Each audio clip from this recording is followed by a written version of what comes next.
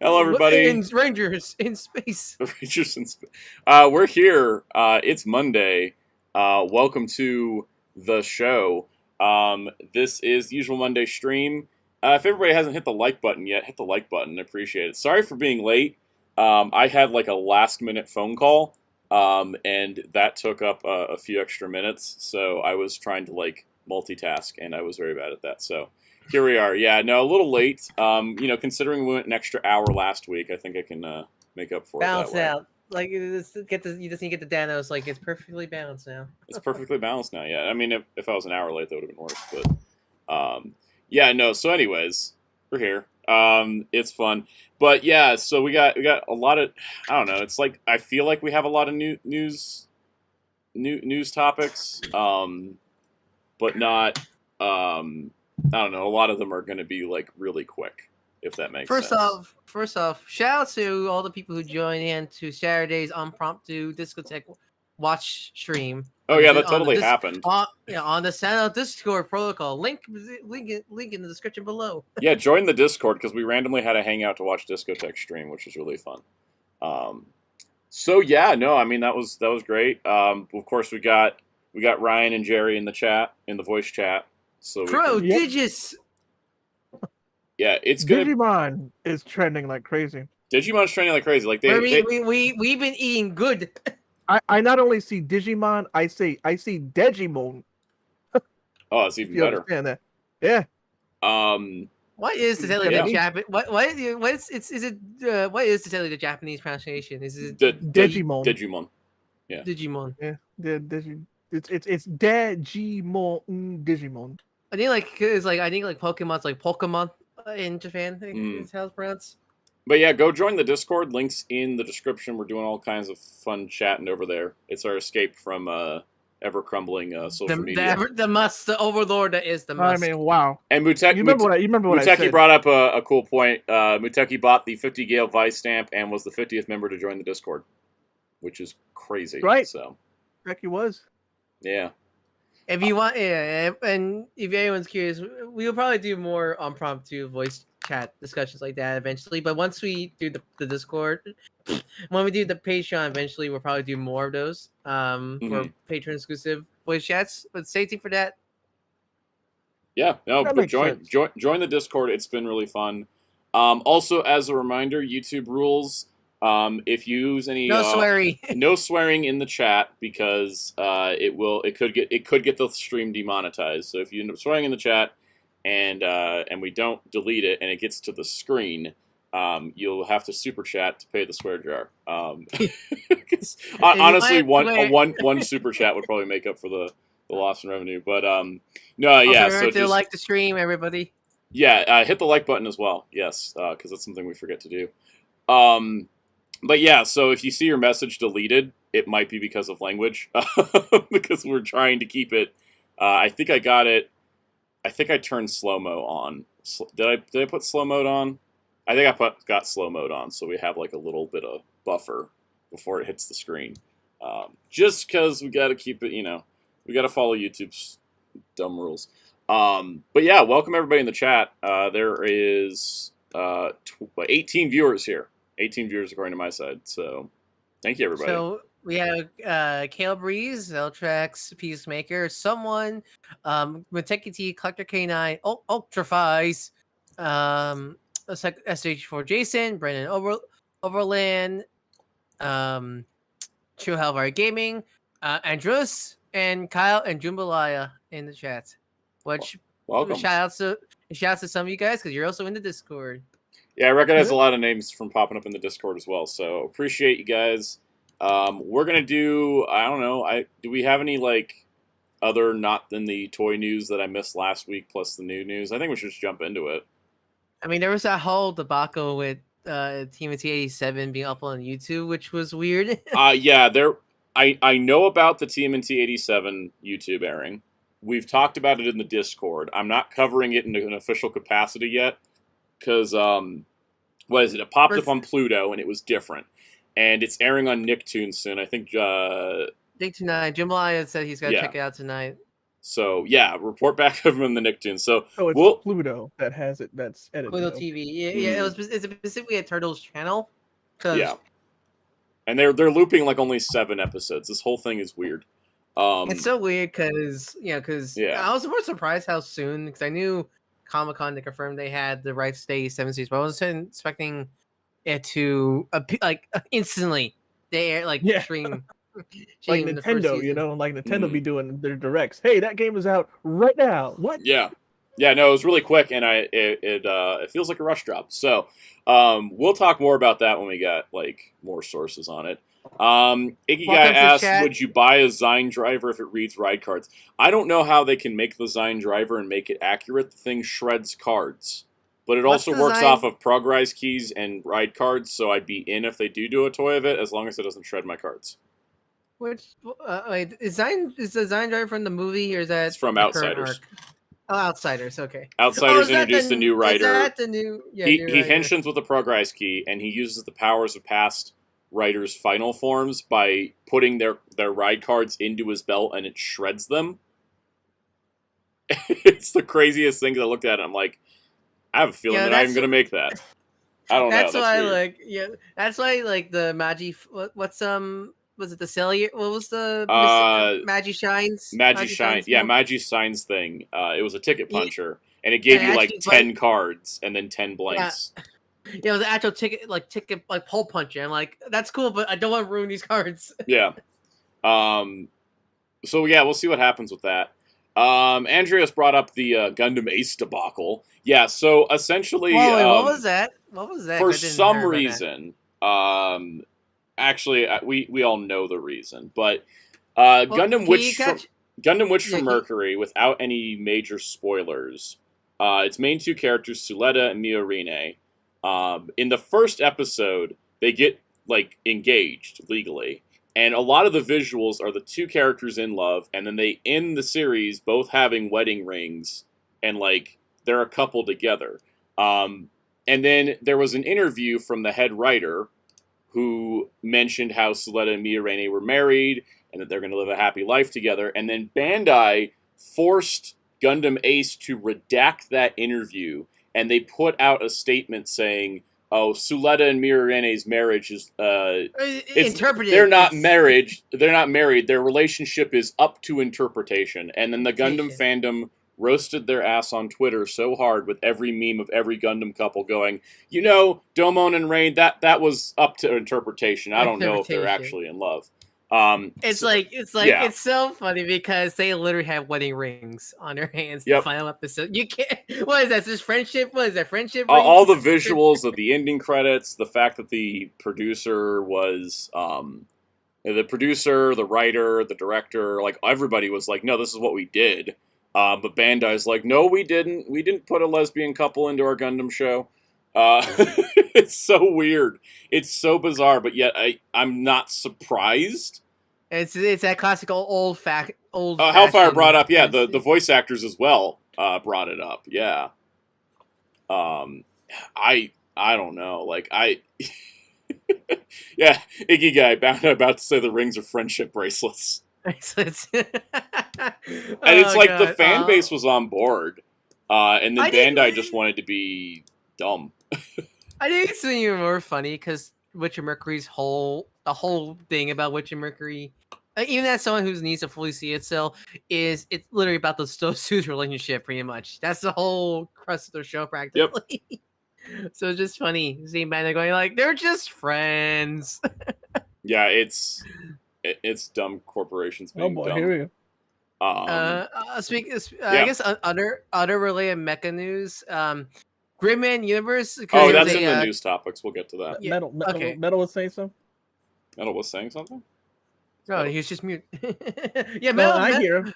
Mel's in the chat for us. I don't know why he said. Oh, hello. There you go. Yeah. I heard you. I don't. Do you have him muted, Soundout? Wait, why do only I hear Metal? What is he? Wait, Sound, do you have him muted? To me? I don't think he's supposed to be muted. I don't. What? There he is. Click on him. Hello. His volume level was at 0. Oh, okay. What? Oh, that's why. Well, thank You, you. I was able to hear you, but Soundout had you all the way at Well, 0. It I also will became the Jackable Bridge. I'm not crazy. You're crazy. You're crazy. But yes, I was here and nobody responded to me except for Fighter Cows. Because So he was the only one Metal. that could hear you. Welcome, Metal Oh, Blue God. Eyes. Hi, Metal. Your, but just and I made a really good joke and your, and you missed your it. comments on Bandai's they're just Well, friends. Well, sadly, I can't make the same joke because it wouldn't have the same impact. Also, it might get me canceled. So I'll just say it's ludicrous. Let's try not get the channel destroyed. I'll just say it's ludicrous, and by what I've seen, yeah, it's not Sunrise or Gundam Ace or anything. Yeah, it's Bandai. You wanna send your hate mail to. So Yep. Yeah. Also, you can date Miorine in Lost Judgment. Yes, you can. And but now you can date Miorine, but some might call it up for interpretation Miorine. Now I'm just imagining if Her literal face scan in Lost Judgment. Yeah. I'm just imagining if Witch Mercury got one of those like localized edited dubs at the fun ups, they will like horribly paint the rings off of their fingers. Mm-hmm. Yeah, no, let's see, what else? Oh, yeah, there was another thing related to Bandai. Yeah, go ahead. Was that Bandai put a ban on proxy services for Premium Bandai Japan. So They that's really did. don't want you to buy stuff, don't they? yeah, no, right? Golly. But There's a difference. There's a distinctive difference between proxy service and retail store. Yeah. So basically, like Zen and TCG, shout out to them for posting this. Let me pull it up. I have it on my. I saved it. I saved their Twitter status here. So basically, Zen and TCG said, a lot of you have been expressed worry that the announcement of Premium Bandai proxy ban will affect us. We're here to reassure you that we will not be affected as the ban, as we're not a proxy, we're a retailer, and that your orders are safe. And then someone asked, well, what's the difference? And they said, basically, a proxy service that buys product for you and ships it out for you. It's like a specific... Like Buyee would be example. like that, yeah. And they said, but they don't actually have the stock and would rather purchase it on your behalf. So, like, if you had somebody that, went to, Japan and bought, like, if someone in Japan buys it for you and ships it to you, as opposed to like Zenin or Tokulectables where they buy a stock from Bandai and then they sell that stock, that kind of thing. Yeah, that is a good. Yeah, True Heart Gaming. Yeah, CS Toys, Tokulectables, HLJ, Hobby Geeky, they're safe. Yeah, same with Big Bad. If they're a retailer, if you're not like putting in a request to do it, and for Buyee, like Buyee's still good for like everything else. It's just Premium Bandai. You can like Buyee, like I wouldn't even use Buyee for Premium Bandai, honestly. I would use it for Yahoo Japan auctions or any of those kind of things. It's just Premium Bandai that's being jerks about it. Welcome to K Breezy. Anyways, yeah, no, they are not bringing over the new Figuarts juggler. Let's talk about that. So wah. wah wah. I'm gonna try to. I think I scaled this image size correctly. So, there's a new human jugglish juggler. This is uncanny. Figuart. It's really weird. It's that one scene in Zet where he didn't have the helmet. I forgot about that scene. Yeah, it was towards the end of the show. He comes with the Dark Zet Riser, which is pretty cool. And he comes with a screaming face for said Dark Zet Riser. Yeah. Yeah. No, that is correct, someone. His name legally is Jugglish Juggler. It's not even like a pseudonym. It's just like literal name. Juggle your juggler. That's his full name, Jugglish Juggler. He also comes with a smiling head. And he comes with the sword. Once again, just the red powered-up sword, not the gray one. I mean... And then here's a fancy effect shot of him going, rah!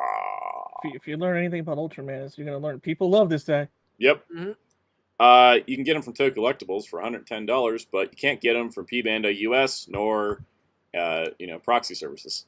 Well, I'm hoping with the Self-collectibles is sold out. Bandai deal with I don't know if that's Ultraman, true. I really hope we'll get some of these P Bandais eventually. Maybe Fun not now. story. The next one we're talking about, the new Alien Metron Marked Town version, which is based on a specific episode. Alien Metron is getting a re-release in specific like effects and colors, and then you also end up getting here it is with the little like ship thing from that episode and a special stand. And it's specifically supposed to be from a particular episode. I think it was an Ultra 7 episode, yeah. So it was an Ultra 7 episode with Alien Metron. Fun fact, this is P Bandai in Japan. It's getting a US retail release.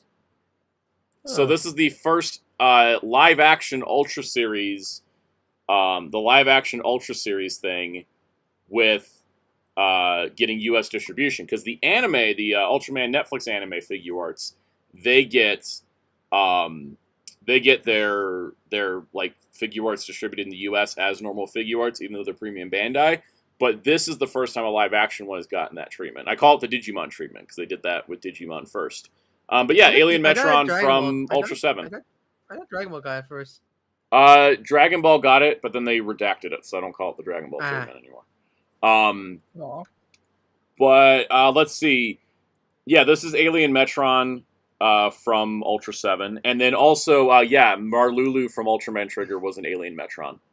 But this is just the original version that was a giant kaiju. Didn't have the cool little jacket. But this is not the one for Ace. I got horribly cut in half. RX-0, did anyone ever get a bad Shout Factory release in terms of scratches and video skipping? Sometimes their cases can be terrible and actually scratch the discs. I don't think I have an example offhand, but some of the Sentai sets aren't really well packed. Well, is that more of an Amazon thing or no? It's the cases themselves. I forgot. It doesn't matter where you get the cases from; they're awful everywhere.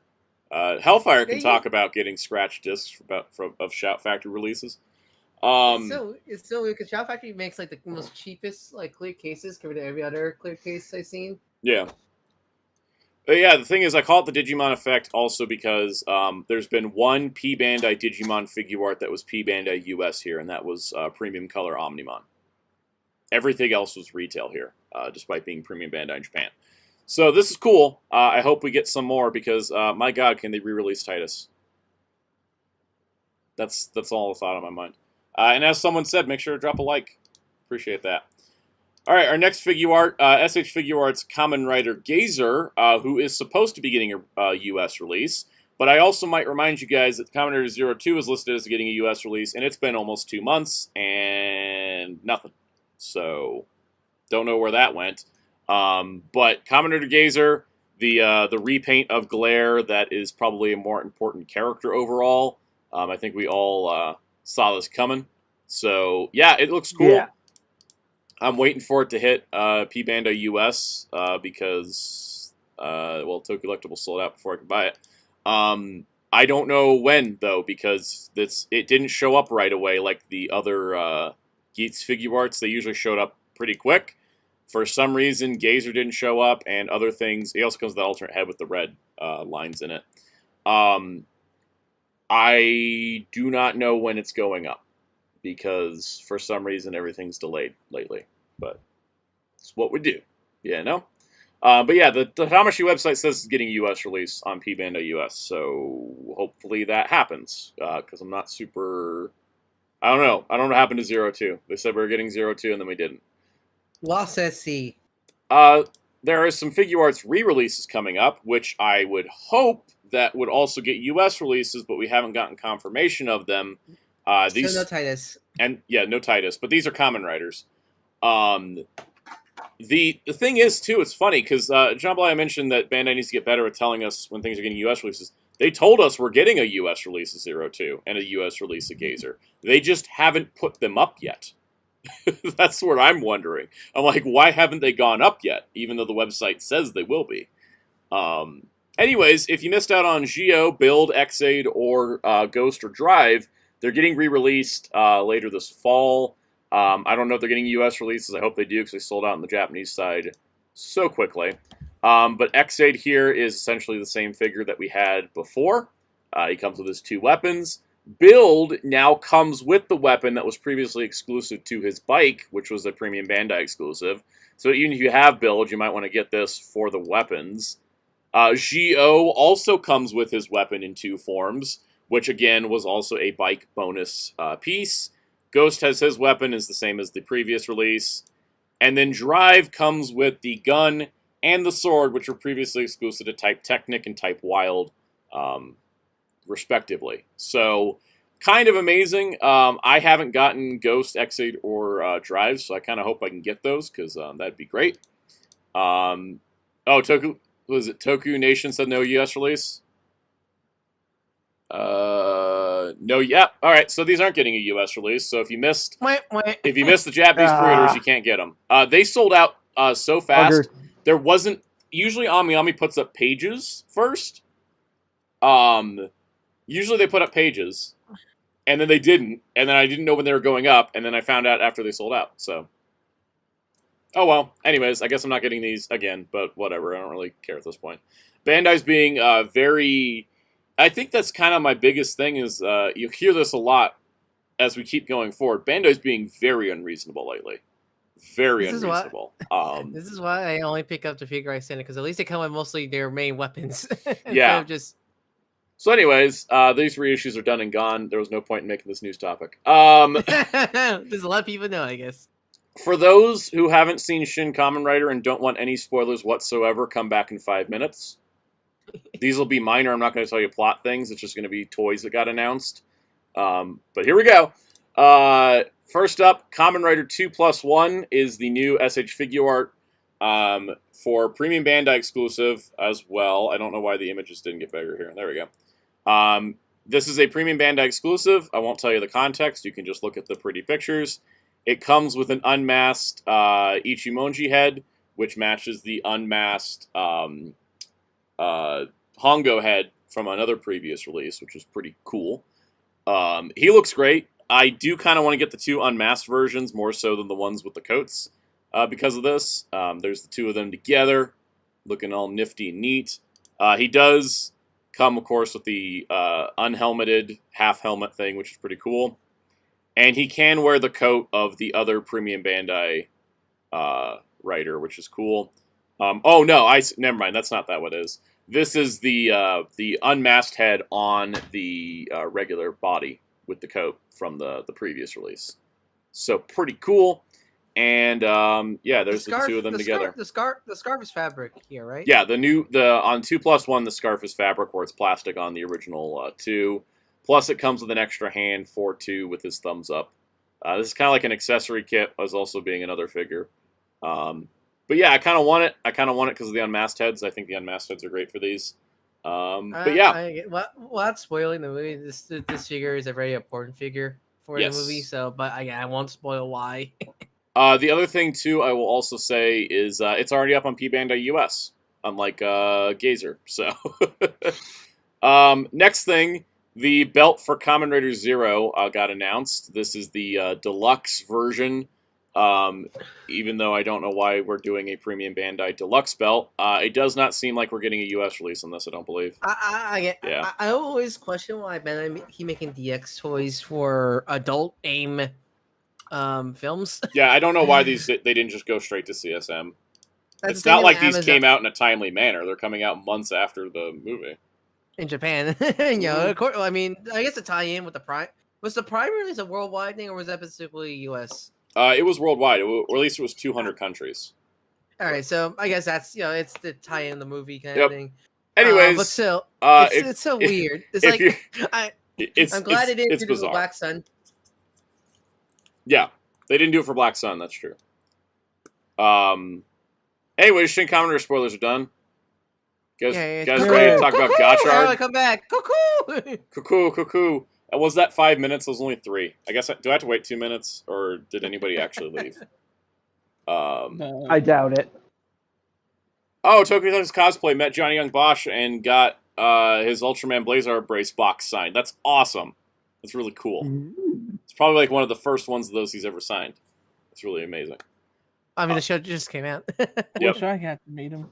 The fun part is the dub coming out right at the same time as the Japanese version. It's simulcast. Here for people watching the stream and want to know they're back. There's your alarm. Ah, Imagine if we could broadcast that outside of the stream. It's like, here, go to this other stream, and then when you hear the sound, jump back to the main one. Yeah. Oh, yeah, that's true, John Malaya. They released the Ultra Epica Shin Beta capsule and did not release the deluxe one. Yeah. At least that makes more sense because I think They released the Ultra Epica came out in Japan first, and then they made the deluxe one later. But yeah, US release wise, we only got one. Oh, Tokusatsu Cosplay confirmed is the first one he signed. That's pretty cool. Oh, nice. That's pretty cool. Should I wait one more minute before talking Gotchard just in case someone took the 5 minutes to heart? I mean, they see the blue man in the front. Yeah, Blue Baron. It is simul-dubbed, but the YouTube Premieres doesn't support multiple audio tracks, so you have to wait. Yeah, that's why I wait until the premiere's done. Wait till the premiere's done, and then it'll give you the English dub like right away. So the dub's really good. Same qualities as that, which is really good. Mm-hmm. Yeah, Kyle brings a good point. Black Sun skipped deluxe release because it would have been because the way the drivers worked. Yeah, it wouldn't have been really possible. All right, also, 5 minutes are up. Gotchard time. All right. We had a teaser trailer that gave us nothing but cool looks at the suit.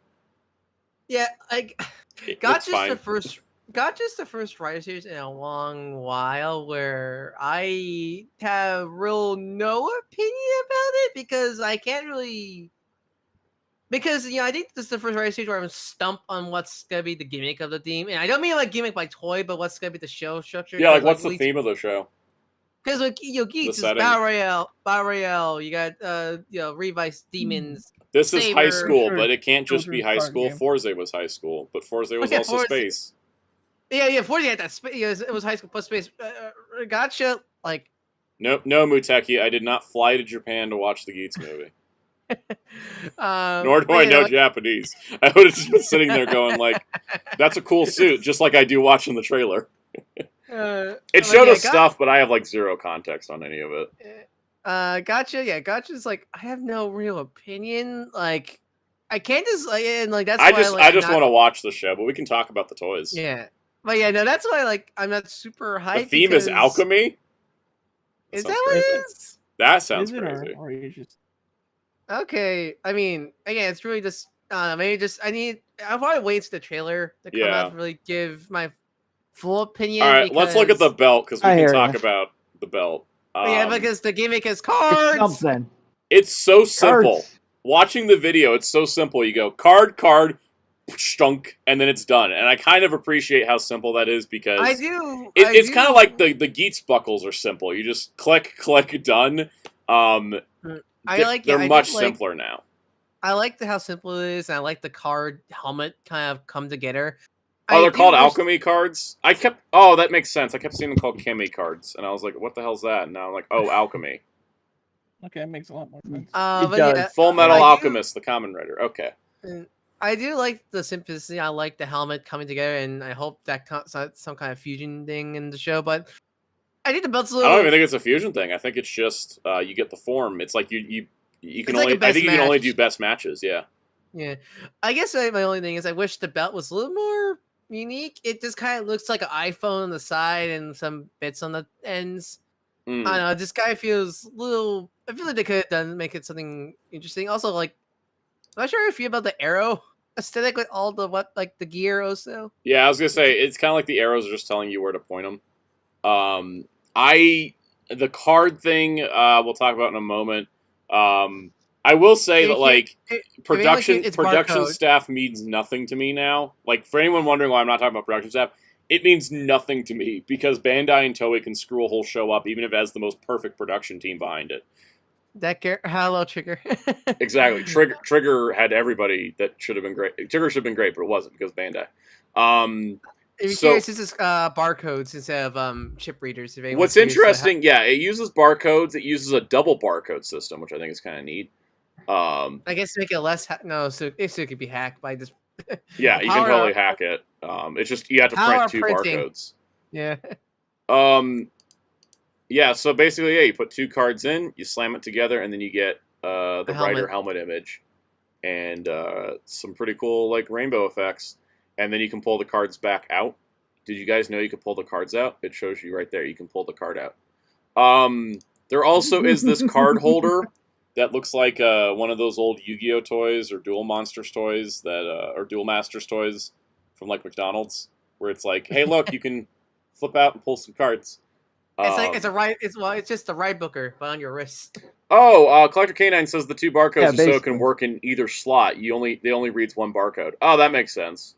Oh, speaking of Collector Con, shout out to him. If anyone is collecting this line, collecting the line, want to keep track on the cards. Collector K9 on our Discord did a nice Google Doc keeping track of the cards, and he's gonna keep updating it. I pinned that Google Doc, so if anyone's collecting, It's pinned in the cards? Desire Grand Prix Yeah. channel on the Discord. channel. So anyone with who's collecting this line, want to keep track of what cards they have or what cards are being released, check out our Discord. And Psycho O's, you missed some Figuarts, some Gotchard toys, the Shin And Kamen Bandai- Rider stuff, and Bandai's meddling. and Bandai banning proxy services. Yeah, from and Bandai. and gay marriages. Oh yeah, Bandai hating gay marriages. Bandai banned gay marriage? What? it's been a Those weird bastards. Bandai day, guys. It's weird. Yeah.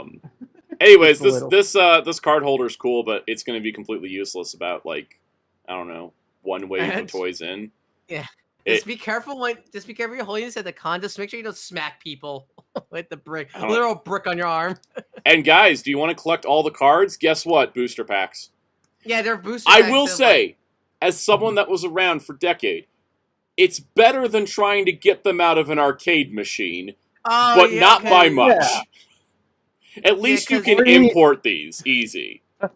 Or buy hideous to ship bullshit card packs that are spread out like vertically.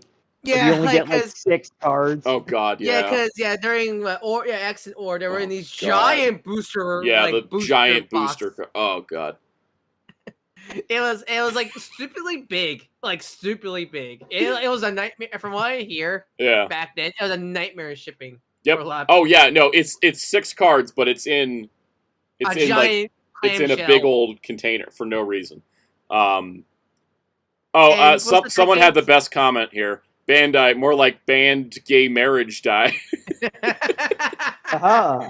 That's pretty good. For the decade card, were they using their Dados machine? Oh yeah, the decade cards worked off the Data Cardist machines. And you had most of the cards for decade you had to get out of a vending machine. There really wasn't other options. But yeah, X Orb And I know, and Decker all had these really big card sets. And then, I mean, remember back with Gamma Rising, I know there's only cards you can get through playing the Gamma Rising game. Yep. If I understand right? This at least, I think you can get all the cards through these. As someone that collected Appmon chips, expect to buy multiple boxes. I said, because, Yeah. but see, I see people in our Discord wondering how people can buy these. Because I know, like, what, CS Toys, LJ, like, at least CS Toys, I know you can usually buy, like, Yeah, CS booster Toys will packs. for sure have it. HLJ might, Ami might.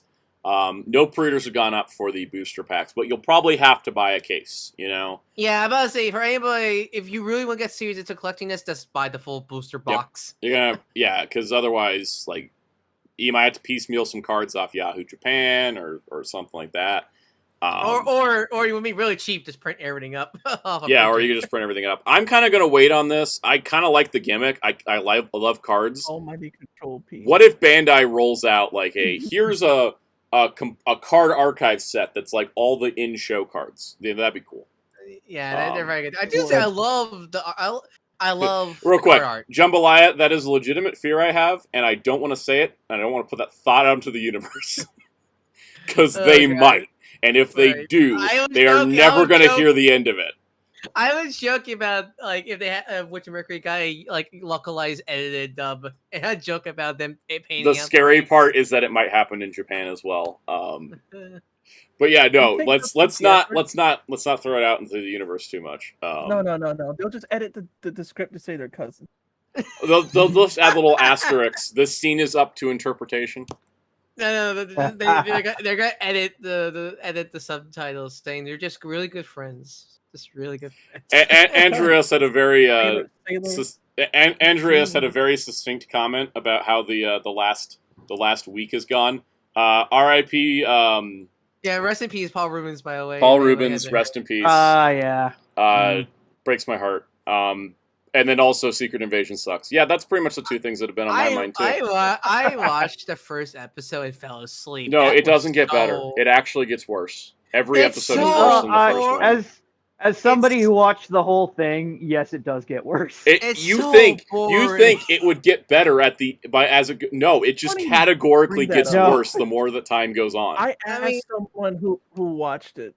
Me and Wheels asked a friend who watched it, is it actually mid or is it good? And he watched it he said he liked it, but he still had to admit it was mid. He was like, no, it's not good. Can we spoil the? Can we? No, I don't really want to talk about spoilers for those that haven't seen it. Because I really hate what they did in the end the first episode so much. Oh, dude, I'm still mad about that. And that's the thing too. Like, if you liked it, that's fine. But it's by default the worst Disney Plus shows. I think my overall big problem of especially the first episode. And I'm not even sure this show was written. Like, I'm going to be honest. We talked about.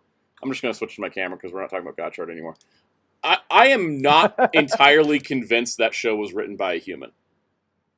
Well, I mean, they use AI. They used an AI intro. I am convinced. I am half convinced. Yeah, so that AI also wrote ChatGPT wrote the script. Yeah, because the thing is that like legitimately, I don't know how a human wrote a show like that. It just doesn't even make sense.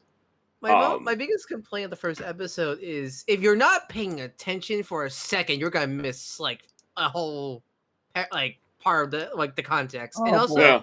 Bad for me. I have bad attention. I think also my biggest problem is like if you haven't kept up with if you haven't fully like paid 100% attention to what's going on in the MCU, you're gonna get so lost watching the first episode because that show is not like I don't want to say beginner friendly, but not like it's not friendly for people who have not seen some MCU in quite a bit. Because my God, I was that first episode. And here's the thing: I will legitimately tell you this. Like, this is no spoilers, but by the end of it, every character that they spent any time establishing is dead. Oh yay! It is the most like mean-spirited, rushed, botched show ever. And if you enjoyed it, like all power to you. It was a pain in the ass for me to watch. I had struggled getting through it. Like I said, our friend who watched it enjoyed it, but still admitted it was ass. Yeah. Andreas mentioned Hawkeye and Agents of S.H.I.E.L.D. Those are both really good shows, honestly. Hawkeye. They aged well.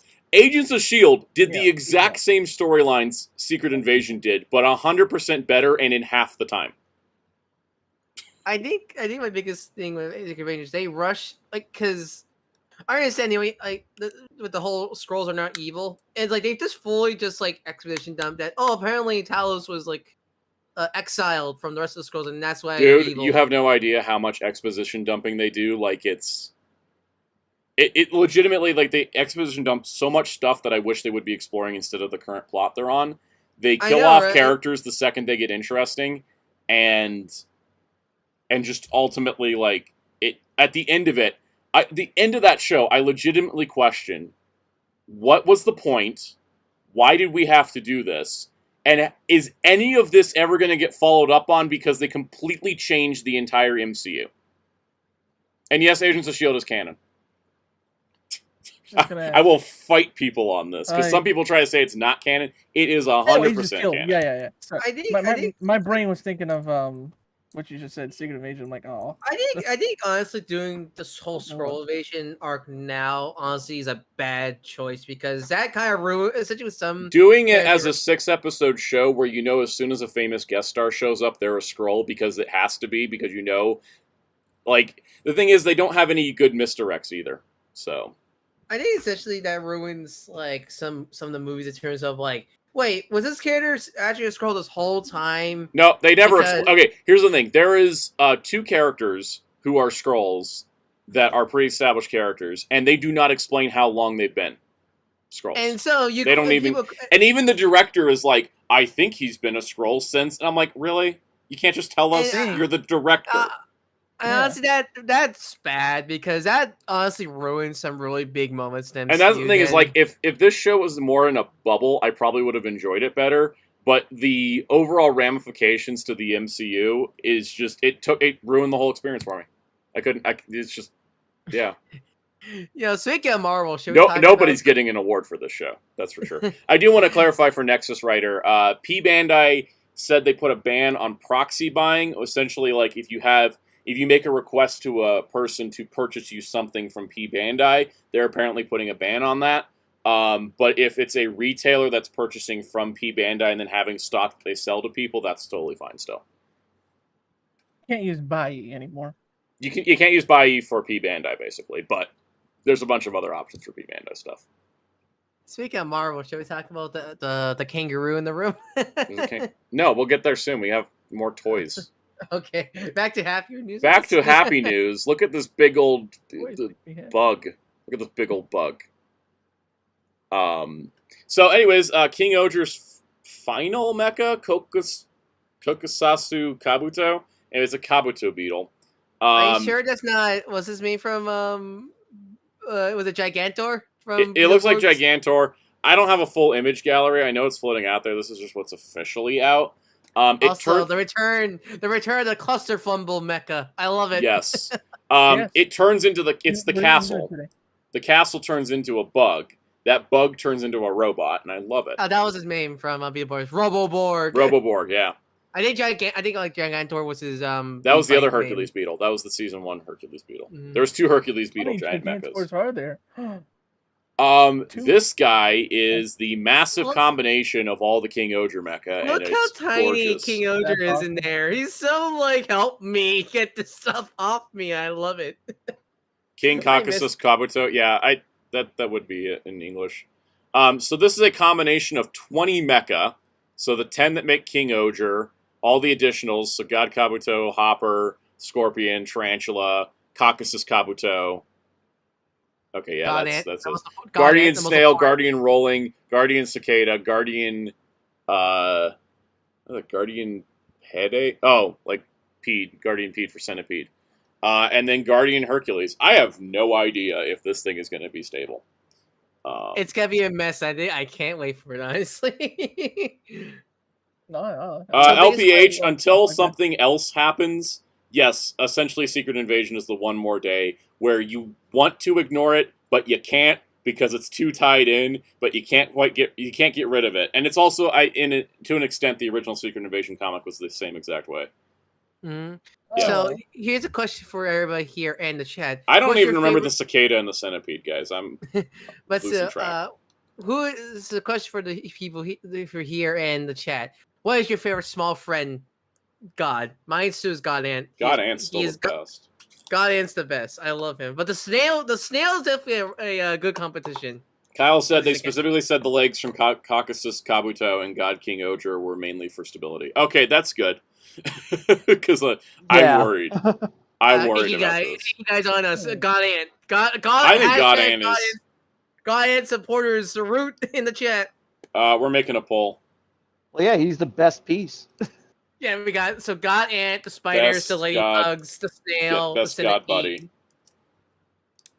Ant. No, Snail. no, Zeltrax. We're not talking about the other, just the whole time. No, just the small guys. Just the small dudes. The small guys, yeah. Ladybug. And cicada. We only get 4 choices. I'm just gonna pick the top 4 right there. So there we go. All right, vote. Yeah, best god buddy. Like, what's your favorite small buddy? Chat? Don't make me forget to close that poll at some point. You see the leg conversion. It can hold the whole. Oh, I see. It attaches to the back of Hachi and Kamakiri. Yeah. Okay, that's smart. That's smart. This looks beautiful. I mean, it's a giant mess, but it's beautiful. I miss these cluster apps so much. It gives you a reason to buy everything. Mm-hmm. You know, I don't know why we ever got away from this. I mean, I don't collect it because I just can't afford it. But I think King-Ohger is some of the best mechas we got in. This is the best mecha we've. I would say King-Ohger's mecha line It's probably the best mecha line we've seen since. I want to say, I don't like Kyuranger's mechs because of the gimmick, but Shin like, Kamen. This is the best Yeah. mecha line since Shin Kamen. I did because for me it's the combination of the modern Hello, Toma. posability. I think it has the best has the modern posability of like Dawn Brothers, but it has like the collectible, just all these little Yeah. mini like auxiliary mechs from like the Bokenger era. Like, I don't know, this gives me that.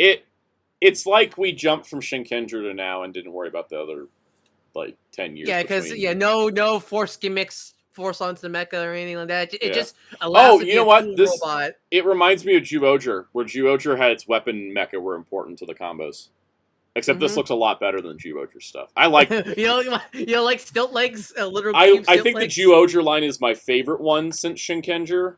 I like the bricks. I like them a lot, but they don't look pretty. Dawn Brothers line was weird. I don't think it came together cohesively. I think Don Oitajin was great, but everything after didn't work. Tora, I liked the idea of Tora, but I just didn't think the execution was great. And What was that gold thing was weird. Yeah, it was like. It was kind of, I mean, that's just Dawn Brothers in general. It was not meant to be any big toy line or anything. Tarantula's like the first good Six Ranger mech in a long, long, long time. No, Kyoryuger's line sucks, Psycho. It breaks. The thing is, regardless of the designs, the quality was terrible. Like the fact they broke. Same with Go Busters. Go Busters and Kyoryuger automatically get disqualified from being good mecha because they were breaking within the year they bought. Even Dino Charge. The problem with it is that when you get your combination together, your final combo, you have all this other like leftover mecha. I mean, that's just the problem with the original design. So yeah, that's the problem. That's what I mean. Design-wise, even I think there's just too much leftover mecha. Go Kaiju's line is just all over the place. Go Kaio's fun with the revealing cockpit compartments thing, but like you can like on my shelf, Go Kaiju takes up half a shelf because I put together the final combo, and then I still have a lion, a dragon, a car, a ninja, and a T-Rex that no longer has his arms that I put somebody else's arms on, and a submarine, and a little truck that still has to sit next to it. I personally never liked Go Kaiju's links.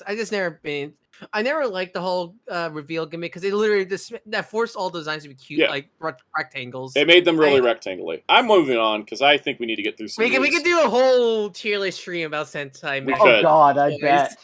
we could do a whole tier list on We should end the poll. We should end the poll now. All right, who won best God Buddy? I think God Ant won, but nobody voted for Cicada. God Ant. Woo! Yep. Oh yeah, WG Phil brings a good point. The Six Rangers mech legs the last few years have just been so thin. Yep. God Ant won with 75%. All right, cool.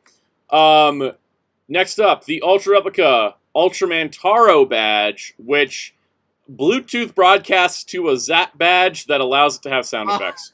That's cool. I was like, how could they do this? It's just literally a badge, and then doing that is really cool.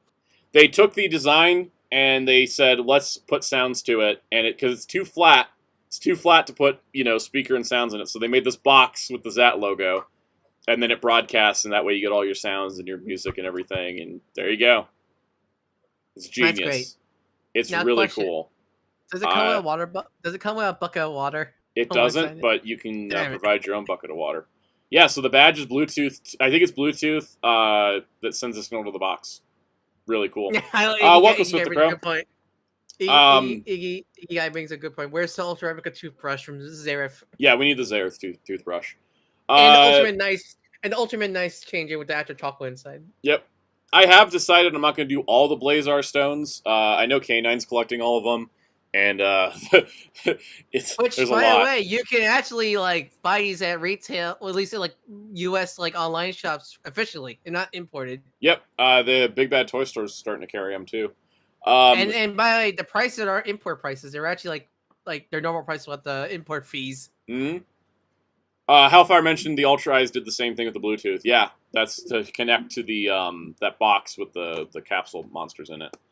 So anyways, Blazar Deluxe Stone, I kind of want to get that. Actually, yeah, Muteki brought a good point. I kind of want to get that hacker, because getting all these stones is madness. But officially, the Blazar Stone Set 3 includes one of the new Kaiju, and then it comes with X, Orb, and Juggler. So You're forced to get it. I'm gonna get it because it's got Orb.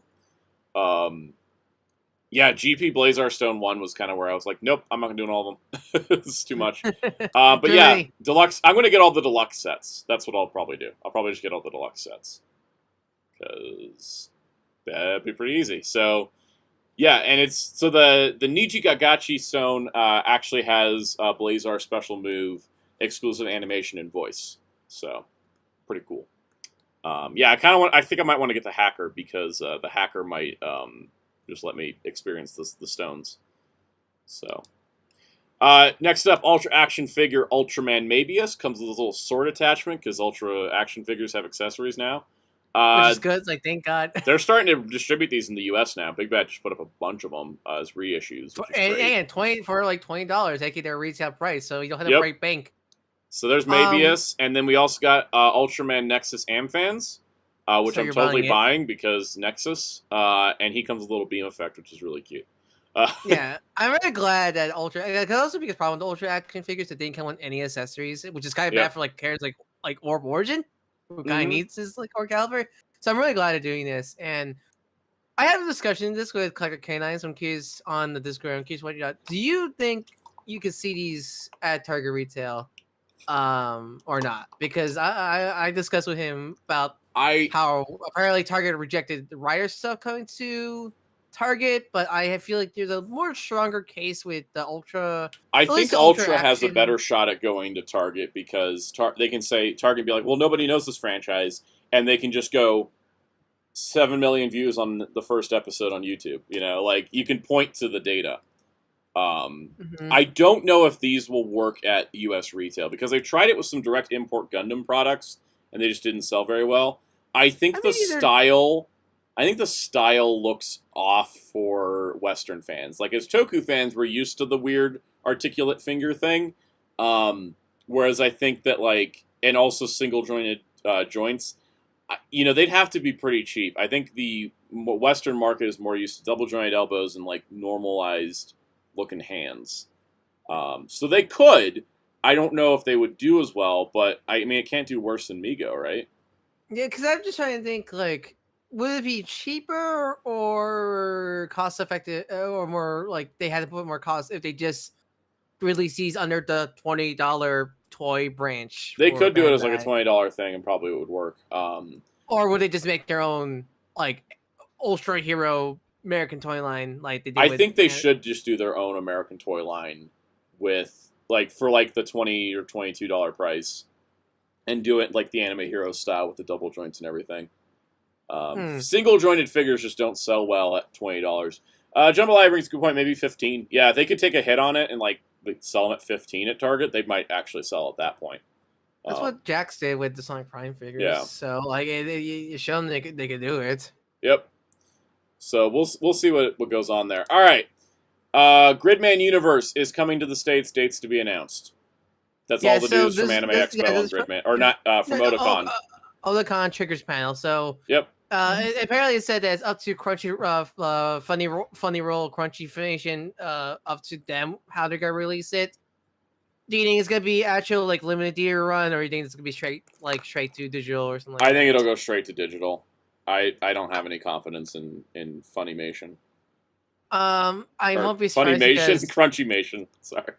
Seeing how really botched they handled Dino Zenon, which frustrates me. I think I'm always sure it's just gonna be digital only. I don't think it's gonna be anything crazy. I was gonna buy it because I've been waiting for this movie to come out. I mean, is it now coming to home media in Japan or not yet? It hasn't hit home media in Japan. I think it's gonna be a while before we get it. To be honest, it still frustrates me because I like that. Funny Roll just doesn't know how to do anything anymore. They've completely lost every skill they have. It just frustrated me. They spoiled one of the biggest things in the movie and the merch. And come on, could you not wait for the home media release to do that merch? Nope. They were like, we need our money. All right. Ryu's got complete selection gaming gloves. Yes. I kind of forgot those Ryu gloves. I thought those were Kazuya's. No, but Kazuya has more detail. on his. They do. They're a bit different. Yeah. It's got 4 So, tracks, voice lines. You can do sound Hadouken. effects for fighting in the car. I think Right, if you shout out. actually punch They somebody, do you'll things. probably break the speakers. no, you know what that should do? If you punch someone, it should play the ooh sound effect when you Yeah. defeat them. You know- Hellfire says we need Crunchy-Mation to be broken up again. I agree, because this Crunchyroll ruined So- Funimation. So yeah, legit. 100%. I can't. There was no positive. There was no positive to that merger. The only really positive is having everything on one platform, but that's it. Even Everything then, else is- no positive, because not everything's on the same platform. Yep. But yeah, no, Ryu gloves, they're really funny. I just wanted to show You them. know what? You know what I should do for April Fool's joke next year is you should have Cal get these and review them, taking over your channel. That would be fun if they weren't. How much are they? But you get these Alright. Cal. They're 9,900 I mean- yen. I would if I had the money. I know that's cheap. I say I don't even have that. Oh, but- oh, Cows. Still like $100. No, Cows. Here's the thing, Cows. Talk is cheap. Points made. I'm going to talk about something nobody else cares about, but there's a Nindoroid of Bobobo, and I have to mention it. No, I love this. I love the announcement. I love you could take his. Yes, no, I looked at him. At the first time I saw on him, Twitter. I saw the split in And I his hair, immediately and I was told like, him that to hair shut up. better open. And yeah, Yep. You can recreate the Yugi moment from the manga. He's got with got it. fist of the nose hair. He comes with frickin' Pickles. If anyone doesn't know Pickles, Pickles was in episode 1, and the narrator explicitly said, "And Pickles will never be seen again." And he Nicholas wasn't. Harrison. Yep. I immediately thought of you when I saw this because you're the only. Because when I was, like I told you, when I saw this show, it caused me physical pain. Yes, I Yeah. I have Oh, seen it's every JoJo, but episode, stupid. and I yes, adore- JoJo, but stupid. mm, No, well, it's only more Fist than North Star, technically. teenage yeah. me was not having this show. Teenage me. Meanwhile, was not. like I ate this show up. I Yeah. remember just dying of laughter every time I've seen this yep. show. I It's watched so the entire great. thing like a year or two ago. And yeah, they're re-releasing the Yami Yugi Nendoroid just So for you can- this. So you can recreate that manga panel. That Which was only is- in the manga. 'Cause Takahashi drew it. He did. That's why it's so accurate.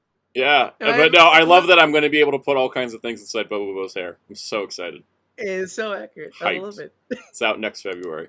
All right, there was some G.I. Joe updates from last week. I don't know if anybody cares, but this is my show.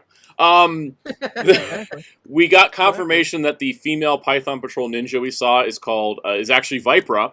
Vipra, for those that aren't aware, was a Jinx repaint. Here she is a movie Akiko repaint with a new head and stuff, which is really cool.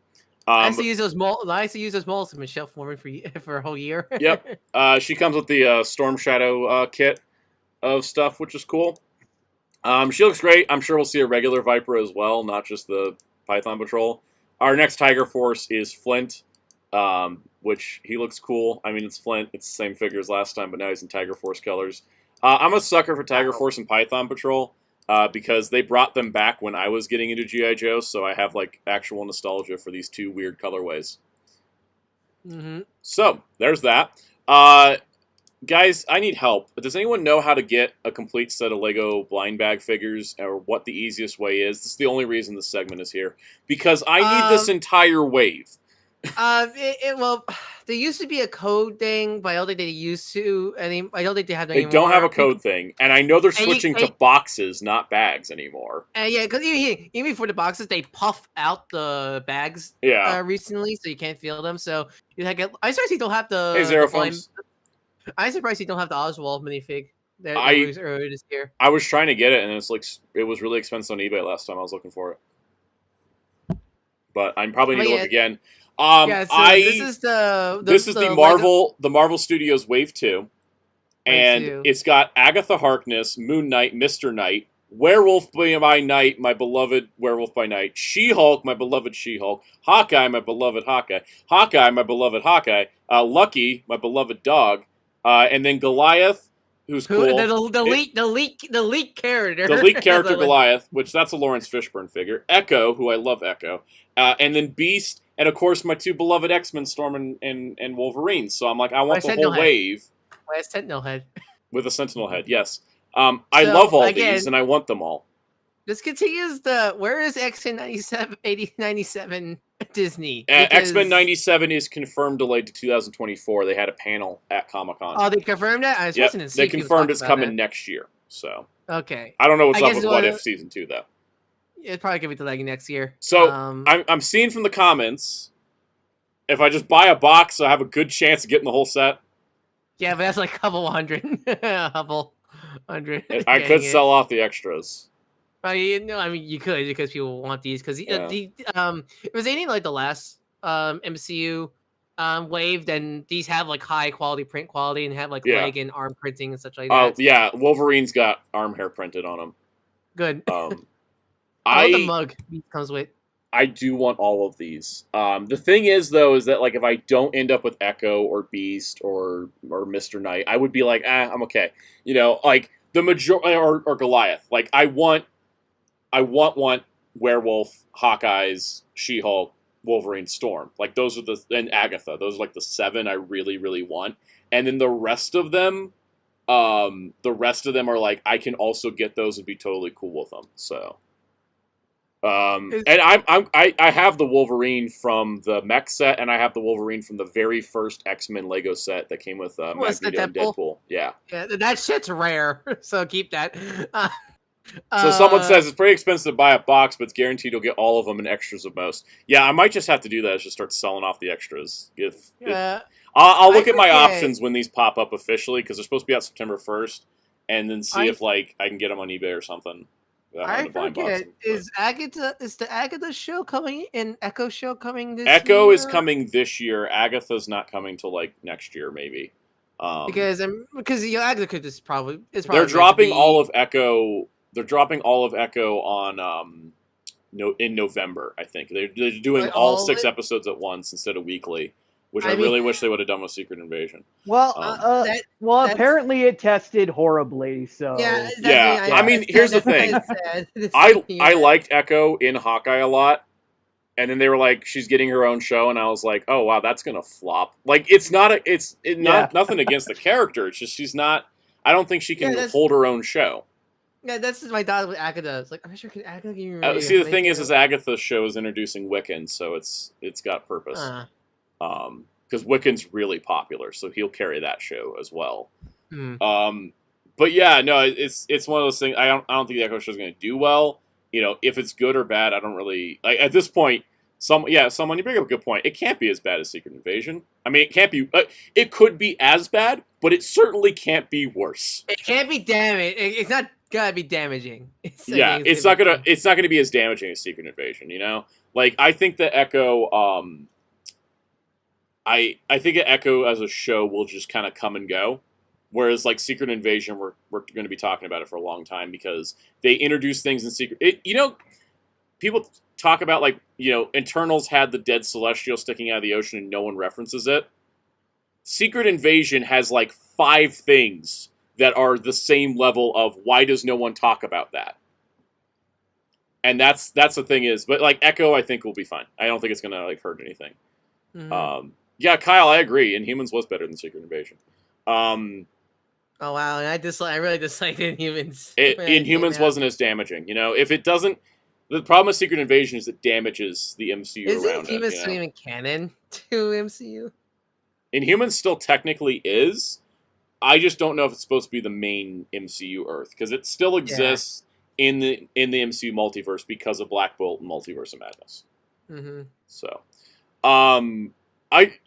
last thing on Secret Invasion, and I promise that this is the last thing because we keep talking about it without talking about it. Someone said, after Secret Invasion, Disney Plus should put all the shows on hold, stop and rethink the entire strategy, and I agree. Well, they are with the strikes. Well, yeah, the strikes are doing that. But what I'm saying is that like them just cancel all the shows they haven't made, stop and rethink this entire thing because it's not going well. It is not going well whatsoever. I mean, Armor Wars being like, I feel like Armor Wars is a movie, and we don't even. Movie. Yeah, they moved it to being a movie instead of a show because they couldn't afford it as a show. So, damn. And Ironheart was supposed to get her own series. Ironheart series. So Ironheart, Agatha, Ironheart and Agatha are both filmed. So we're gonna see those. They're not gonna just toss those out. I don't Is think. Daredevil film? Daredevil didn't get to finish filming before the strikes. The strike. Yeah. So those are the only shows, because everything else they've announced hasn't actually happened. The Nova show, the Wonder Man show. Like, the problem is that you can't just do a show on anybody, and you can't just do it as a 6-episode event. Like, some of these characters, yeah, Bob Chapek pushed it, Bob Iger pushed it, and it's just all a mess now. This is kind of why I always just refer to animated stuff. But the thing is, there's barely any animated stuff for Marvel, and that's the problem. Give me back. When's Moon Girl and Devil's Dinosaur Season 2 coming out? Next year, I think. Wonder Man didn't start filming. It only got up to the casting stage. The thing is, I think the problem is that they keep pigeonholing into a 6-episode format for shows that need more.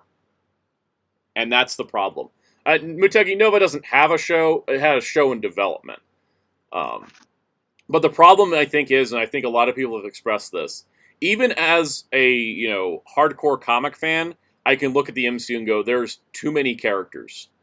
Like, when are we ever seeing... That's saying it's a comic fan. As a comic fan, I'm saying there's too many characters in this universe. When are we ever seeing Moon Knight again? Right? What was the point of rushing through a 6-episode origin if he's not going to just... Like, if that was going to be... If he's not going to show up in any movies or stuff, Moon Knight should have been, like, a longer show that could have had multiple seasons. But, like, I don't know. Like, they keep introducing... They keep getting... They're way too heavy into introducing characters instead of fleshing out the ones they got. And it asks the question of when are we ever going to see him again?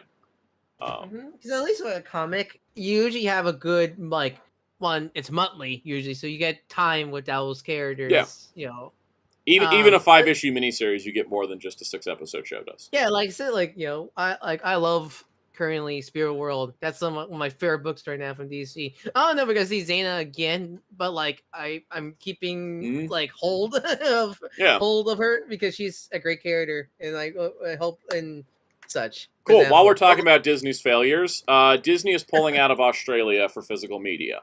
Now, here is Digital Bits reported on this. Digital Bits has been around in the industry for a long, long time. He knows his stuff. He knows his industry. All right, so I'm just going to read the quote from Digital Bits. I don't have too much going on. Like, I don't have too much to add to this, honestly. It's pretty here. All right, so despite the fact that Sanity has now pulled down the original Facebook post announcing it, we at the Digital Bits have confirmed today with multiple industry, distributor, and retailer sources in the region that Walt Disney Studios Home Entertainment is indeed pulling out of Australia, pulling out of the Australian market in terms of physical media. This follows similar moves in Asia, save for Japan, and Latin America, and the reason is apparently down to the gradual collapse of physical disc sales in the region, the growth of Disney Plus, Star streaming, and the rise of global retailers like Amazon and Zavi. None of this can be any comfort to disc fans in Australia who now have to pay a hefty hefty shipping premium to import titles from outside the country. But it is true that Guardians of the Galaxy Volume 3 will be the last new Disney release title to get a physical release in the region. Previous release titles may continue to be available for purchase until the end of the year. That'll be up to the individual retailers. So the problem we have here, and this is what I'm going to say in personal thoughts, Disney, as we've talked about, has a history of not releasing shows on disc, but they've been pretty good at their movies. Even with the Disney Vault, they at least still release stuff. The problem is that people have been pointing this out who work in the industry who are currently on strike, that on streaming, because of the contracts of streaming, Disney and all the other companies don't have to pay residuals in streaming because they don't have to accurately report numbers because no one's calling them on it. And so they want to get residuals for streaming, which is why the actors and writers are on strike. Yes, Jambalaya, Australia does have their own region for Blu-rays, which is another problem. It's like, yeah, you can import them, but but you need to have a region-free player. So the problem is that with the entertainment industry, physical media contracts have existed for residuals dating back to the last time the writers and actors struck in the 80s about this, and they also struck in the 2000s about things too. But the problem is that with Disney in particular, they are very much against paying people residuals. They are very much against the unions even existing because of their leadership. Bob Iger has made it very clear that he doesn't like the fact that SAG and the WGA exists, and that is a problem because he is the head of one of the 5 major studios. And the other thing is that to add to this, the other reason why you don't see the Disney Plus shows on disc, even though Mandalorian and the Marvel shows would probably make them a bunch of money, because yeah, it's true. Will brings a good point. Walt Disney did not like the union his people created either.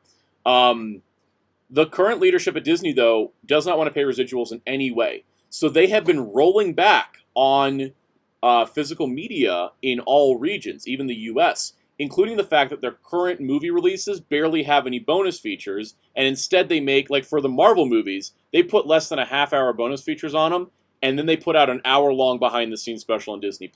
And now I've come to realize that is to, again, avoid paying residuals for people, because if it goes out to physical disc, they have to pay those residuals based on the sales. And then they'll take them down. And then that's the other thing. Disney loves their vault, and Disney loves the control, and they don't like the fact that physical media lets people have stuff at any given time. Now, the other thing, too, is to cite that, yes, they did say that the Australian market is having lower quality, or lower sales, like sales have dropped off. This is a problem that Disney helped create, because just like with cancellations of some shows like Tron Uprising, Disney XD said, oh, we had to cancel Tron Uprising because the ratings were low. But the ratings were low because they put it in a 3 a.m. debut time slot on Sundays. And then we're complaining the viewership was low. It's the same thing with Disney's releases in Australia. Again, they're not putting that many releases out there and then claiming the sales aren't that high, but they're not even offering everything. And so that's the problem we have, is that they're blaming the problem that they created as an excuse to get themselves out of the market. And it's entirely possible that this is a response to the strikes, because again, it does cut out another thing with residuals in terms of the movies. It could be also because they've already done this in Asia and Latin America, that this is just their continual, let's just roll out of the physical media market. This will eventually catch up to the point where we won't get any Disney physical media. And it's stupid because they're leaving thousands to millions of dollars on the table by not releasing stuff. And it's just idiotic business practices and being really cagey about their stuff. And it's dumb. It's so dumb. And that's what the fact of the matter is. Zelchek's. I don't know where you're getting that source from, but strikes like these never have. Oh, it's got end, but there's no end to the strike until the negotiations reopen. There is a potential that the studios want to open renegotiations on Friday, but there's also the same exact people reporting that the studios want to push all their movies and space it out and keep this strike going until next year. We don't know exactly what's going to happen, but the thing is right now the studios are not negotiating with the contracts for the Writers Guild and the Actors Guild, so until those negotiations happen, there is no way to project when it will end. Because even if they do open those negotiations, the studios have been hiring people to run AI divisions of their companies, and that also means that one of the big sticking points for the writers and actors, that was the big point of where the negotiations broke down, was that they didn't want AI, and the studios want AI. That is not an impassable thing. One of them has to give, and it won't be the writers and the actors. Iggy, thank God the strike isn't hitting Toku. Technically, it is for Power Rangers like a technical. Still, just because it's not hitting Toku doesn't mean this is important. It's good it's not hitting Toku, because that means we still got some entertainment to work with, right? But the thing is I think in Japan they also need to go on strike because of how the entertainment industry mistreats people there. And here's the thing, I with this whole it's gonna end by no, like, those actors and writers probably want this to be over soon. The entire industry would benefit from it being over tomorrow, and all it takes is the studios. And Zeltrax, we're not saying that is what you heard. That's fine. I'm just telling you what you heard is probably not accurate, because there's no way to predict this. We're in uncharted territories. As Will said, they want this to go on until the writers start losing their homes and are forced to give up. Yep, Bob Iger said that himself, which Ron Perlman told us that Bob Iger was the one that said that. But that's the thing where we're at this point. It's crazy because Barbenheimer created the biggest box office success of the last decade, and the studios are like, yeah, let's collapse our entire industry because we don't want to pay people. And that's where we're at. So the thing is, I think this is very unfortunate that Disney is doing this. It is continuing my continual thread of Disney was the least evil corporation, but now they're just as bad as all the others. They And like Disney's completely ruined their reputation, and Bob Iger specifically has done this. In the last month, I have lost True all Hellfire hope and Gaming- respect for this company. True Hellfire Game, we don't want to try to go a long time. Yeah, the studios would bleed, but you know who else would bleed more worse? The actors and writers. Yep. If actors and writers don't, and that's the thing too. Yeah. The thing is, I Like- want the studios to bleed as well, but the actors and writers have been saying the studios have been paying us so little over the last decade that we can go on for a while. We're used to not being paid. Here's the thing, True Hellfire, about that kind of comment. For them, the studios, yeah, they will bleed, but they will bleed slowly because they have Yep. billions of dollars. Actors and writers only have like a mouse amount income to survive. I will Yeah. add that most of the writers and actors on strike have second jobs or third jobs or side Why do you gigs. think a lot of voice actors live stream? Yep. Because they love, while they said they love voice acting, it's not a job that can realistically keep them up Mhm. in terms of living, for example. And adding to this, Smith the Crow bring up a good point. Hollywood is so corporatized to the point of no return. Yeah, we're at a problem because the thing is that Hollywood is following all the Wall Street trends, and the only major studio not owned by a tech company is Disney. And look at how Disney's acting. So yeah, the thing is that Hollywood right now is losing more money by this strike happening than if they would just pay people. But they're evil, so that's just where we're at. End of the day, though, I do say that physical media will always live on, and I hope that if Disney is pulling out of Australia, they will license titles to people, but I highly doubt it because they don't seem to want to release anything. I mean, yep. This is news, not just sad for Australian fans, but this is very much news to anybody in any other region that Disney still sells to. They'll probably just pull out at one point. I was like, how long does it take the Disney to take homie away from us in America, for example? Yeah. Smith the Crow, Paramount is under a Viacom, which it owns TV broadcast, and so that falls into the tech category company when you're looking at Wall Street charts. So, yeah, they're not technically, it's not a tech company like Google or Apple or something, but it's under TV networks. I think we're talking about this when Discotek, especially with Discotek. That's what we're going to transition right into Discotek. Disco. We need lighter news. Yeah, no, Infinite, you bring up a good point. Disney is in rough shape right now. I'm very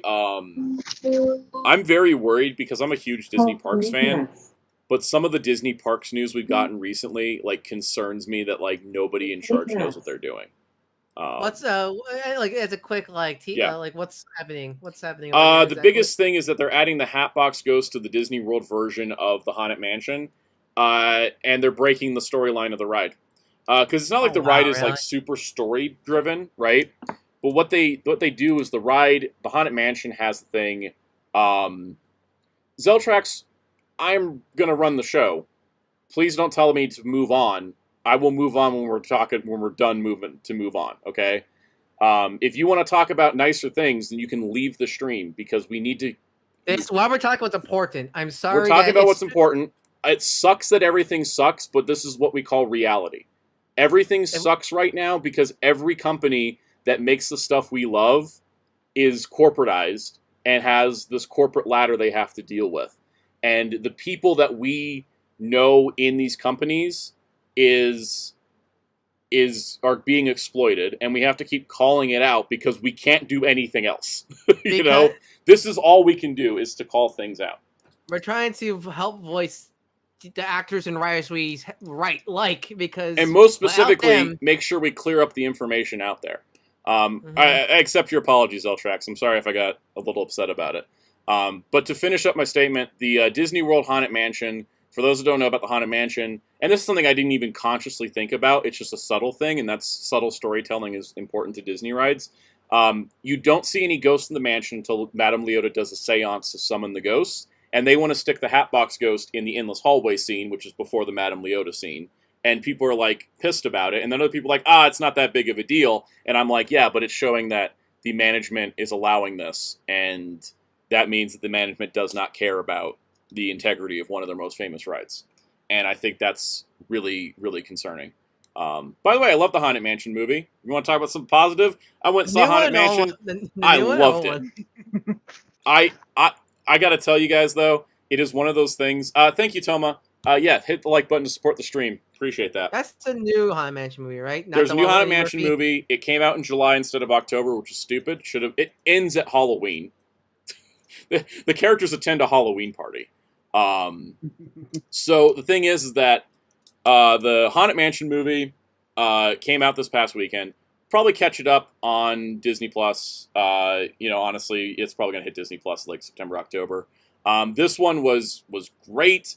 As a big fan of the ride, I came out of the theater and I was like, oh my god, this was my Mario movie. All the Mario fans came out of the Mario movie and were like, wow, this is the greatest movie ever, because it was so true to the source material. And then everybody else was like, okay, that movie was kind of weird and not great in a lot of ways, but if you're a Mario fan, it just like works so perfectly for you. This one was that was the same thing for me. I was like, this movie is like my Mario movie. And I don't know how it plays for people that don't know the ride, but it had a really solid like core message to its story, so I think it worked out pretty good. Is it better than the Eddie Murphy film? Way better. The Eddie Murphy one's a slapstick comedy that doesn't respect the mansion's lore or history at all. But has Zod in it. Of course. Yeah, but no, this was so much better. I really did like it. It was like a good Goosebumps movie. It very much fit the tone of the mansion's, the ride's humor of, it's dark and it's going to be scary, but it's also winking at you the entire time, and it adds the comedy to it. Will you say it's the best ride attraction movie? Pirates of the Caribbean still is like Curse of the Black Pearl. Pirates of the Caribbean is still like an untouched topping, but I liked it more than Jungle Cruise. So there's that. Danny DeVito's great. Owen Wilson's he's great. in that movie? No, I had to go Rosario watch it. Dawson's great. Lakeith Stanfield was incredible. Who else is in it? Oh, Tiffany Haddish is pretty good. Jared Leto played the Hatbox Ghost, and he was also scary. I mean, Jared Leto scares me naturally, so that works. Well, yeah. Yeah. And it's funny, he doesn't even look like Jared Leto, but you can hear his voice, and you're like, oh, that's terrifying. But, anyways, there you go. That's my positive Disney talk, is that the movie came out really good. I recommend seeing it. If you want to go see it in theaters, by all means, go for it. But if you don't and want to wait for Halloween when it hits Disney Plus, that's totally valid, because Disney should have released it then. So, physical media from Disney is not in a good spot. In general, the industry is in a weird spot where they could be making a ton of money, but they'd have to pay people money, and they don't like doing that. But in all of that regards, let's turn to our favorite smaller company, Discotek Media, and their Otakon reveals, which we talked about on Saturday. Some of you were in the Discord chat for this. I've got the good old notes here for their releases. And actually, Iggy, guys, good point. I don't think Jared Leto gave anybody gifts because I don't think he was on set. Because I believe he was purely a voice role. I don't even think he did motion capture. Okay. So I even wasn't on set, which is pretty cool. All right, so Discotek Media did their Otakon panel, and I love supporting this company because it's a small company. They're not owned by a corporation. They are, they're not even like 30 people work at this company. They're very small. They're like big indie ? They're big indie. They're like Super 7, where they're not indie, but they're not like anywhere near being a big corporation. So that's pretty good. So the first release was Overman King-Ohger coming to Blu-ray. I don't know anything about the show besides the fact that it's a very popular mecha series. Very popular mecha show, and Amphimon from Digimon Ghost Game looks like King-Ohger. The Gainer. Well, yeah, it's Tomino mecha, but Tomino when he's not depressed or grumpy. Or grumpy. Yep. It's him when he's like, let's just shit post. So on their tweet, they said a prior Blu-ray release elsewhere never materialized, but no worries, we have it, and in fact, we're basically done working on it. Gorgeous upscale, maybe a bit native upscale at times, 2.0 and 5.1 Japanese audio, the English dub, and a nice stack of extras. So yeah, this is their big mecha announcement. Pretty cool. Guys, got any thoughts on this? I'm really excited because I always want to watch the show, so I'm glad it's getting a really good high quality meme. Good release. Speaking of, they finally made a logo of what's the meme mecha? Oh yeah, they did a logo based on their meme. I don't want to explain the whole meme because It'll take too much time. What was the name of it again? It was something Linguini.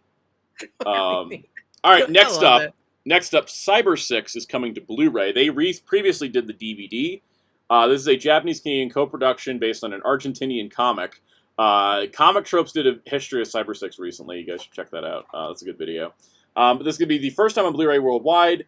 It is going to be an upscale, so it looks really good. It will include the original pilot, audio commentaries, liner notes, clean and short opening and ending clips, extensive art galleries, promo clips, and all new rare development documents that can be downloaded as PDFs from the Blu-ray if you put it in your computer. Which is great. That's some incredible archiving work there. I'm very excited for this because I was going to buy the DVD, really... but I didn't get around to it, and now there's a Blu-ray. This show is really great. I do recommend this. Recommend people watching this series. It's really great. Next up, I think that was kind of like their Western animation announcement. No Street Fighter cartoon yet. Yes, not yet. Yeah, that's right. They did mention they couldn't find the full theme for Cyber 6. Midnight Eye Goku is their weird 80s, 90s... Kels, we summon you! 80s OVA announcement. Curses. This man is essentially Sun Wukong, Son Goku from Journey to the West, but in an 80s cyberpunk setting. And he does not wear a shirt, he just wears a tie and jacket. True to Son Wukong. Exactly. It is really funny looking. It is a new scan from the camera negative. Both the US and UK English dubs are included, and the subs have been given a nice polish. Plus a few short extras, including an interview and making of. Yeah, that'd be great. They can find the Lost JoJo movie, but like even Japan, they can't find that movie. So, I mean, that'll be a miracle. Yep, they can do that. All right, next up we got Crying Freeman, another OVA. 80s, 90s OVA. Yep. I wish Kels was here. Another brand new HD remaster, first Blu-ray anywhere in the world of full OVA. A live action adaptation. It does, yes. Thanks to Kels letting us know.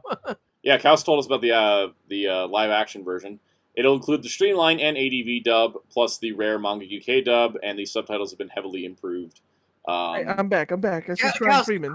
Yeah, Kels, old anime. Talk about old anime. Talk about Crying Freeman's pretty dang good. There's a live action movie starring Mark Dacascos, and that one's great too. And it's about triad assassins and all that, and love. And you check it out. Everybody got dragon Especially tattoos. The Mark Dacascos one. Do you think they'll license the Mark Dacascos one? That would be nice if they did that too. Yeah, that would be cool. Last I checked, I don't think it's on Blu-ray. Yeah. Do you have any thoughts on Midnight? What was that? Midnight Eye. Goku Midnight Eye. Yeah. I remember that was. It's made by the same guy who did Wicked City and all that. So Iggy guy, yes. I mean, they watched it during the release of not the first and next, but the original '90s trilogy. And first and next. Oh, okay, and first and next. It's just I think because what happened with the right stuff there, those been delayed. Yeah, Media Blasters is in a bit of disarray. They'll come back to them eventually. Yes, Mark Dacascos, a Bioman pilot and Kamen Rider Dragon Knight. I won't say fame because that'd just be a lie. Iron Chef fame would be more like it. Yeah, Iron Chef would. Anyways, so those things. Our Lupin update. Lupin the Third, 7 Days Rhapsody. Another one of the TV specials. A diamond heist with a girl that looks like she's in the wrong art style, which is really fun. She looks like she's from Mazinger Infinite. Yeah. Japanese English subtitles, liner notes, commercial spots.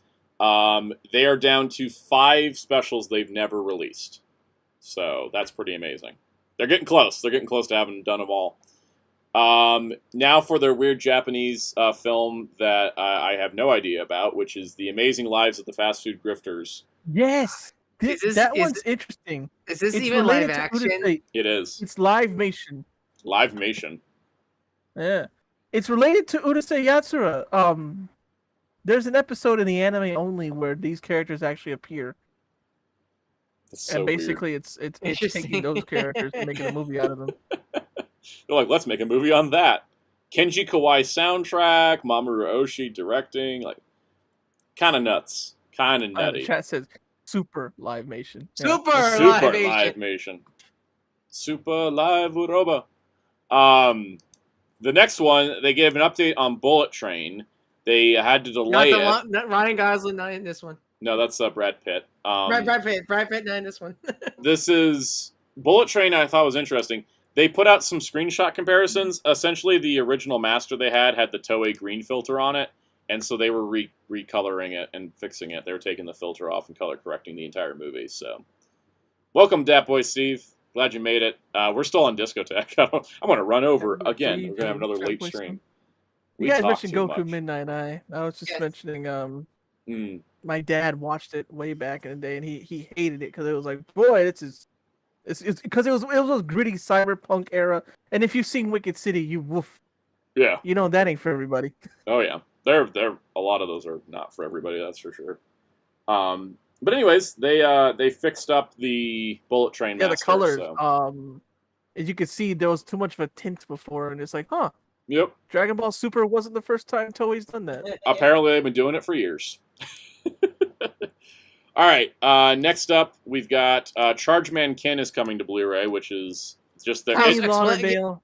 How can you explain this? Chargeman Ken is a terrible anime that was like trying to capitalize on like. Was it trying to capitalize on speed? Was it trying to capitalize on speed? Yeah, Speed Racer. Because look at that cover. But it's more like Casher, but like terrible. Like the animation's weird. The story makes no sense. Chargeman Ken himself, though, is kind of goated just because he indiscriminately kills the alien he sees. Is he like Redman? Kenny Lauderdale did a whole thing about this. So you're saying the first guy I went to on Twitter. I was like, "Oh my god, they're doing that terrible '70s anime." Woo! So what you're saying is it's a big meme series. Yeah, it's basically exactly. It's a big meme. I gotta say, buy this is for the memes. It is a giant meme. The fact that Discotek has done this on DVD, SD, Blu-ray, and now they got the original film masters and they're restoring it to HD. Yeah. Yeah, Kaiju 1954. Yeah, there wasn't any Toku Time releases. They did mention it and said that it takes them 8 to 12 months to do a Toku release. And that's probably just licensing alone. For licensing and also the subtitle work, because every show's like 50 plus episodes. So there is more coming. It's just, you know what? Chargeman Ken is Kenuff. Anyways, next up, Street Fighter 2 is coming to 4K, which is... Do you want to tell your story about your history with Discotek and... I bought their DVD release of this movie because I didn't know they were making a Blu-ray because the Blu-ray got delayed. I then finally, after years, bought their Blu-ray 2 months ago. Now I'm buying the 4K. I'm wondering, even though it's cleaned up, why are they re-releasing Street Fighter 2? I love this movie, but why do they keep re-releasing this and not just releasing Street Fighter 2V? Because that's been out of I have to for wonder years. if there's a needs legal... rescue. There's got to be a legal problem with Street Fighter 2V, right? Or is this like Mazinger versus the Great... Or Mazen Kaiser versus the Great General of Darkness, where you're like, wait, if they're doing the movie, they have to have the show, right? Right? And it's just like, you're doing the movie first because it's easier, right? I really hope. Hopefully, this is the last one that can get to V next. Golly. Yeah. At this point, this can't look any better. They got the film master. Exactly. They recoded it. And it's uncut. There's nowhere to go. It's got all 4 dubs. It's great. I don't know Lady Georgie, but this is their weird SD Blu-ray release. It's a classic Shoujo series. I don't know Shoujo. It is. So. It is. The same artist who did that worked on Candy, if you know, which you don't know Shoujo, but that's also a long. By the way, chat, if you want to get the Return of Ultraman, the Blu-ray for cheap, it's only like $9 on Amazon right now. Buy Return of Ultraman. It's a great show. All right, see you later, Zeltrax. Thanks for coming. All right, then they did their calendar. Here's their July releases. Most of these are out. Here are their August releases. These are coming soon. I need to get Saber Rider and Cutie Honey still. I have only Black RX on order. I have a lot of toys coming out in August. That's all I can think. I never seen Saber Rider, but that theme song is a great one. My cell phone is the other theme song. September releases include Go Nagai World, Sergeant Frog Season 3 to 4, Magical Girl Lyrica Nanoha Detonation, Legend of Calamity Jane, and Jeans Blue with No Future. And then lastly, they announced their October slate, which haven't gone out for order yet, which will include Cyber 6, Midnight Eye Goku, Urusei Yatsura TV Collection 3, Mazinger Z Part 1, and The Wonderful World of Puss in Boots. They also highlighted the fact they're putting out more releases a month than Crunchyroll is. Oh, aka 0. Mohammed says, Sana, just to clarify the latest release schedule, this should be it for the Noha releases until the latest one. Yeah, I think it's everything except for the latest. So, all right, I have to switch screens because I got to pull up all the Digimon links. Happy Odaiba Day. Yeah, how convenient. Completely unrelated, but in Japan it is August 1st, and August 1st means that it is Odaiba Day, the day that the Digimon kids went to camp for the summer and wind up in digital land. So, anyways, Digimon. Unrelated to that, there's a bunch of Digimon news. And It's almost so all of it is 02. It's so convenient that a lot of these Digimon announcements happen around the time of Odaiba Day. It was kind of crazy. It was like fate. I feel like this was like fate. I feel like. All right, first up, the Super Complete Selection Animation D3 are official. After seeing them last October, we now have the official announcement in pre-order. They have not gone up on P-Banda US yet, as far as I know. There is the Daisuke Davis blue model and the Ken black model. That's just the names I'm giving them, so be prepared. Someone, your birthday's on Wednesday. Happy birthday. My birthday's next Wednesday.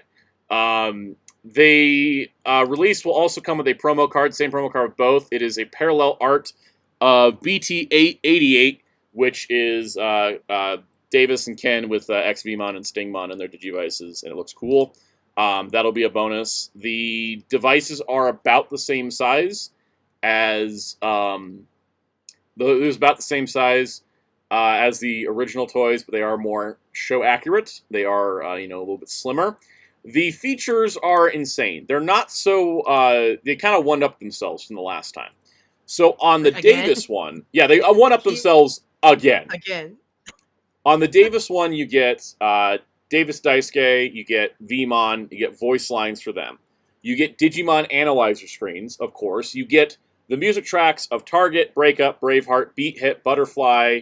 I'm going to go their translations. Beat Hit, Butterfly, Ashita wa Ashita no Kaze Fuku. All right, let's go to the digital world, and let's go home, Target instrumental. And then on the Ken model, you get voices for Digimon Emperor, Ken, and Wormmon. Plus, specifically, that's two separate audio files for Ken. One was when he was Digimon Emperor, and after when he gets reformed. Yeah, he gets both forms.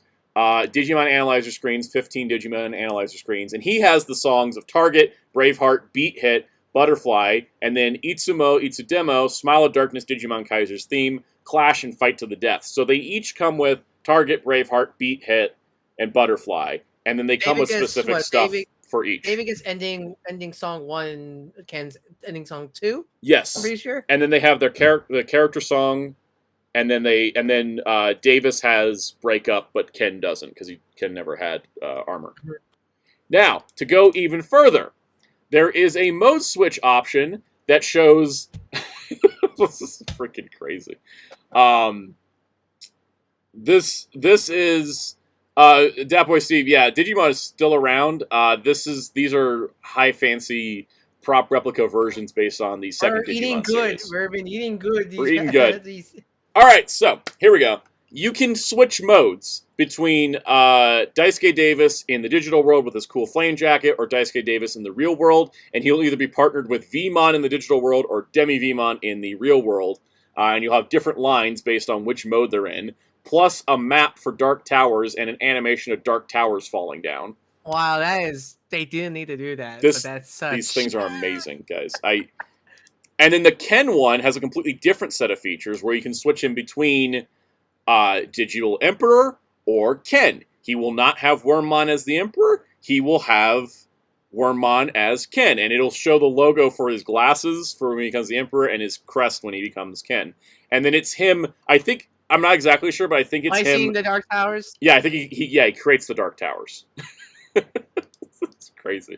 Yes, someone. This is very Ken enough. Do you find yourself screaming Digimental up randomly in your house? Do you say Digimental, Digi-Armor Energize randomly in your house? You can now shout them into your Digivice because it has a microphone, and that's what activates the Digivolution. Like, will it work for both phrases, or will it work for It doesn't Japanese? detect specific words. It's just looking for sound. Okay. See you later, Iggy Guy. Thanks for coming.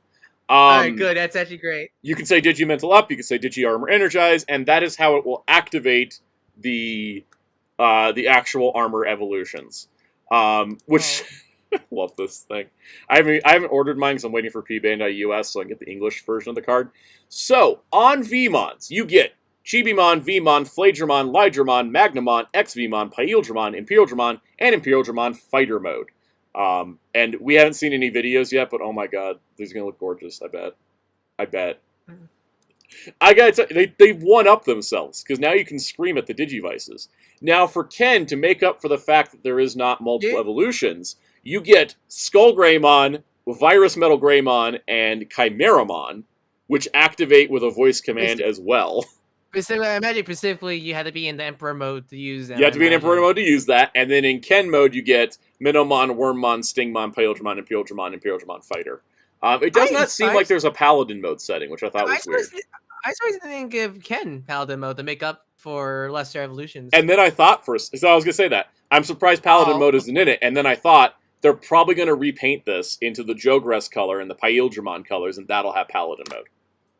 I forget there's a difference. Because they left Crimson mode out of the they left Crimson mode out of the D arc, and then they made the Ultimate D arc. I keep forgetting. Yeah, that's one thing I keep forgetting is they do change color when they Jogress. Yeah, when they go to Jogress, they do change color. Metal drop. I'm gonna pull Metal drop. Metal drop. This is the colors, by the way. They did do it for the Memorial 15th anniversary. I think that's what they're going to do, is they're going to put Paladin mode on this version. That's my guess. Just hypothetical, but it's probably likely. Okay, so there's that. But there's more. There's more? You can search for Digimentals and find them on the map. It can communicate with the other D3 for conversations, and it uses the microphones to communicate. So there's special conversations between XVmon and Stingmon. What are they doing? The insanity they've done this is just incredible. You can Jogress to Pyildramon using both of them, and then it'll do the final speech version of Butterfly along with dialogue. Speaking of the future chosen children, where everyone has a partner Digimon, yes, it has the narration from the epilogue. Oh, really? I love this. Wow. Blue Baron, I don't know why they don't do them for all the characters, but considering Tamers did all of its main characters, I would not be surprised if they roll back around and the next set is the red and yellow, and then they'll do a set of the green and pink, and then maybe do the Jogress versions of all of them. Like, the reason why they can't do all the kids, because that's 6. If they put out 6 at once, I would cry because I could not be able to buy them all at once. I can juggle 2. Yeah, the only reason they did it for Tamers is because that's only 3. And I'm pretty sure when we get to Savior / Data Squad, I imagine they can do all 4 because that's only 4 out of 6. It's more easier to do 4. Like, I mean, honestly, I can see this just doing the main trio as much as I would like Carter's because I love Falcomon and Raymon. Mm-hmm. But still, I really hope if they did this much for the D3s, I want every one of these is a step up from before. The pre-orders will be open till October. They will ship in March, at least on the Japanese side, and they are 14,300 yen each, which is not bad. When they get to what's Sabers' Digivices called again? The ICs or the bursts. I kind of hope they just jump to the bursts. Yeah, but like I'm hoping you can just fully do the Hell Hands activation thing. Yeah, I think you can. At this point, if they're letting you scream into the Digivice Digimental up, I mean, it's just bonus points. They give you like a weird film you put over your hand that will see the Digi effect. Maybe. All right. Or no! Imagine they do the burst move. It has to how there's a light that. The light will actually be reactive because they did that on the. They did the light on the scanners. Yeah. So imagine you have to do the DNA chart. Have your hands slowly going over the light on the. Oh man. Psychos, you bring up a good point. TK and Kari D3s will do more because of their 0-1 Evos. Yeah, well, it's gonna be better than those. It'll balance out because they won't have a Jogress Mega. and they won't have a second armor. And plus, they're probably gonna be much better than those original ones that came out during Try. Because yikes, those are bad. Yep. Those were bad when they came out. 14,300 yen is roughly $100 US. That's not bad for how much these things can do. Ace says the link to the Discord in the description expired. Hold on. Oh, Is that a thing? yeah. Links can expire. Yeah, unless you All right. specify to not expire. Okay, let me go. Let me fix that right now. Yeah, go to the upper area where it says Sound Discord Protocol, and then it says invite to server. Let me just come back over here to my face. Look at my face. Invite people. All right. And then it'll say right there, your link will expire in 7 days. I forgot about that. Yeah. Yeah, I did not know about this, actually. It's not that I forgot. I don't think I even realized. Oh, Swift the Crow posted something interesting in the King of Kings chat. If we had time, we could cover that. All right. Okay, I can't expire never, but I can expire in 30 days. No, there should be. There's a never, but it has to be unlock permanent invite links, convert to a community server. They changed that. That's right. It used to be you could do it. I'll just do it for 30 days, and we'll look at something in the future. We'll catch up on. We'll get that figured out later. Mine. That's because I'm looking at the server edit link thing myself, and I'm setting it to expire after never. In my end. If you can do it as never on your end, then just send it to me. Oh yeah, mine too. Yeah, just send it to me here, because that's invite people. You invite link expires in 7 days, and link expires never. No limit. Only community service can create. I think you need to do it. Sound out. Okay, yeah, I'll have to do it. I have to. It wants me to verify before I even do the 30 days. I'm gonna put in a quick temporary one. Oh, even mine. Put a quick. I'll put a quick temporary one, and I'll update that later. Thank you for letting me know. I wouldn't have known. I wouldn't have known about that otherwise. Well, to be you honest, can change it every month, I think, if you have it for 30 days. I can do it I can't even do the 30 days. It wants me to verify my email and stuff. Yeah, you might have to do that after stream. But so for we'll figure that out after. anyone who hasn't link in the chat for now. So anybody that was trying to get in and the link wasn't working, it's updated now. So there's a different link in the description. So you probably have to refresh the page. Put in the chat also. I can't put it in the chat because YouTube links won't go through. All right, I'll do it. So you try it. I'll try it as well, but sometimes if I post it through OBS, it'll post into YouTube. But if I go through YouTube, it won't.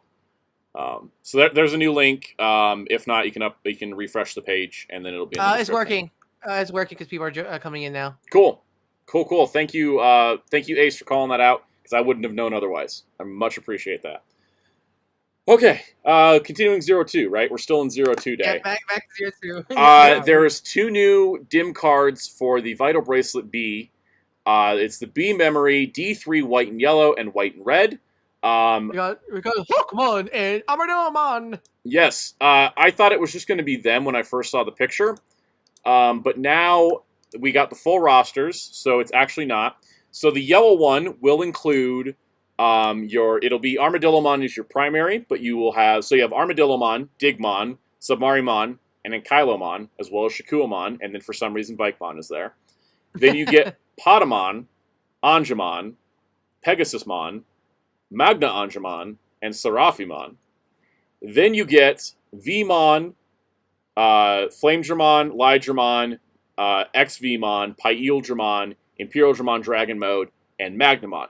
That's great because previously Vmon for the B memory is exclusive to the pre-order bonus Imperial Dramon Dim, but now they're included here, which is great. Oh, that's nice. You also get enemy Digimon of Arukenimon, and then Venom Myosmon and Black War Greymon. So that's going to be the bonuses there. I don't know what Bandai America's doing with the hero. The Anime Heroes Hero? line, I have no idea what's going on with it. The Vital Hero? Or no, the Vital Hero, yeah. I don't know what's going on with the Vital Hero. But then again... for people who are curious, they are compatible. You can use the Japanese... as long as you're using original Vital Bracelet stuff, yeah, because none of the Vital Bracelet B stuff won't work in a Vital Hero. Also, I bought a Vital Hero. I'm going to do a video on it at some point. Is it the DC? Is it the Batman one? It's the Pulsemon one, because it was on clearance at Target for $20. Oh, okay. which might explain why they haven't done anything more with the Digimon Vital Hero. So there's that. All right, so back on track here. The red one, the red and white, will include, of course, the other 3 Digimon. So Hawkmon, Ankylomon, Halsemon, Shurimon, Sylphimon, and then for some reason that other, I can't remember the other one's name. There's another mecha thrown in. What's that last one? I can't tell from the stream. It's too low quality. Yeah, don't worry about it. It's somebody. Then we got Gatomon without the ring, Gatomon with the ring, Nefertimon, Angelomon, and Magnetron.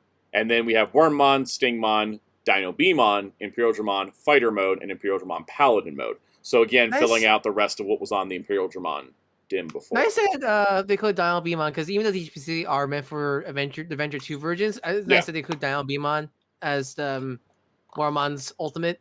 Mm-hmm.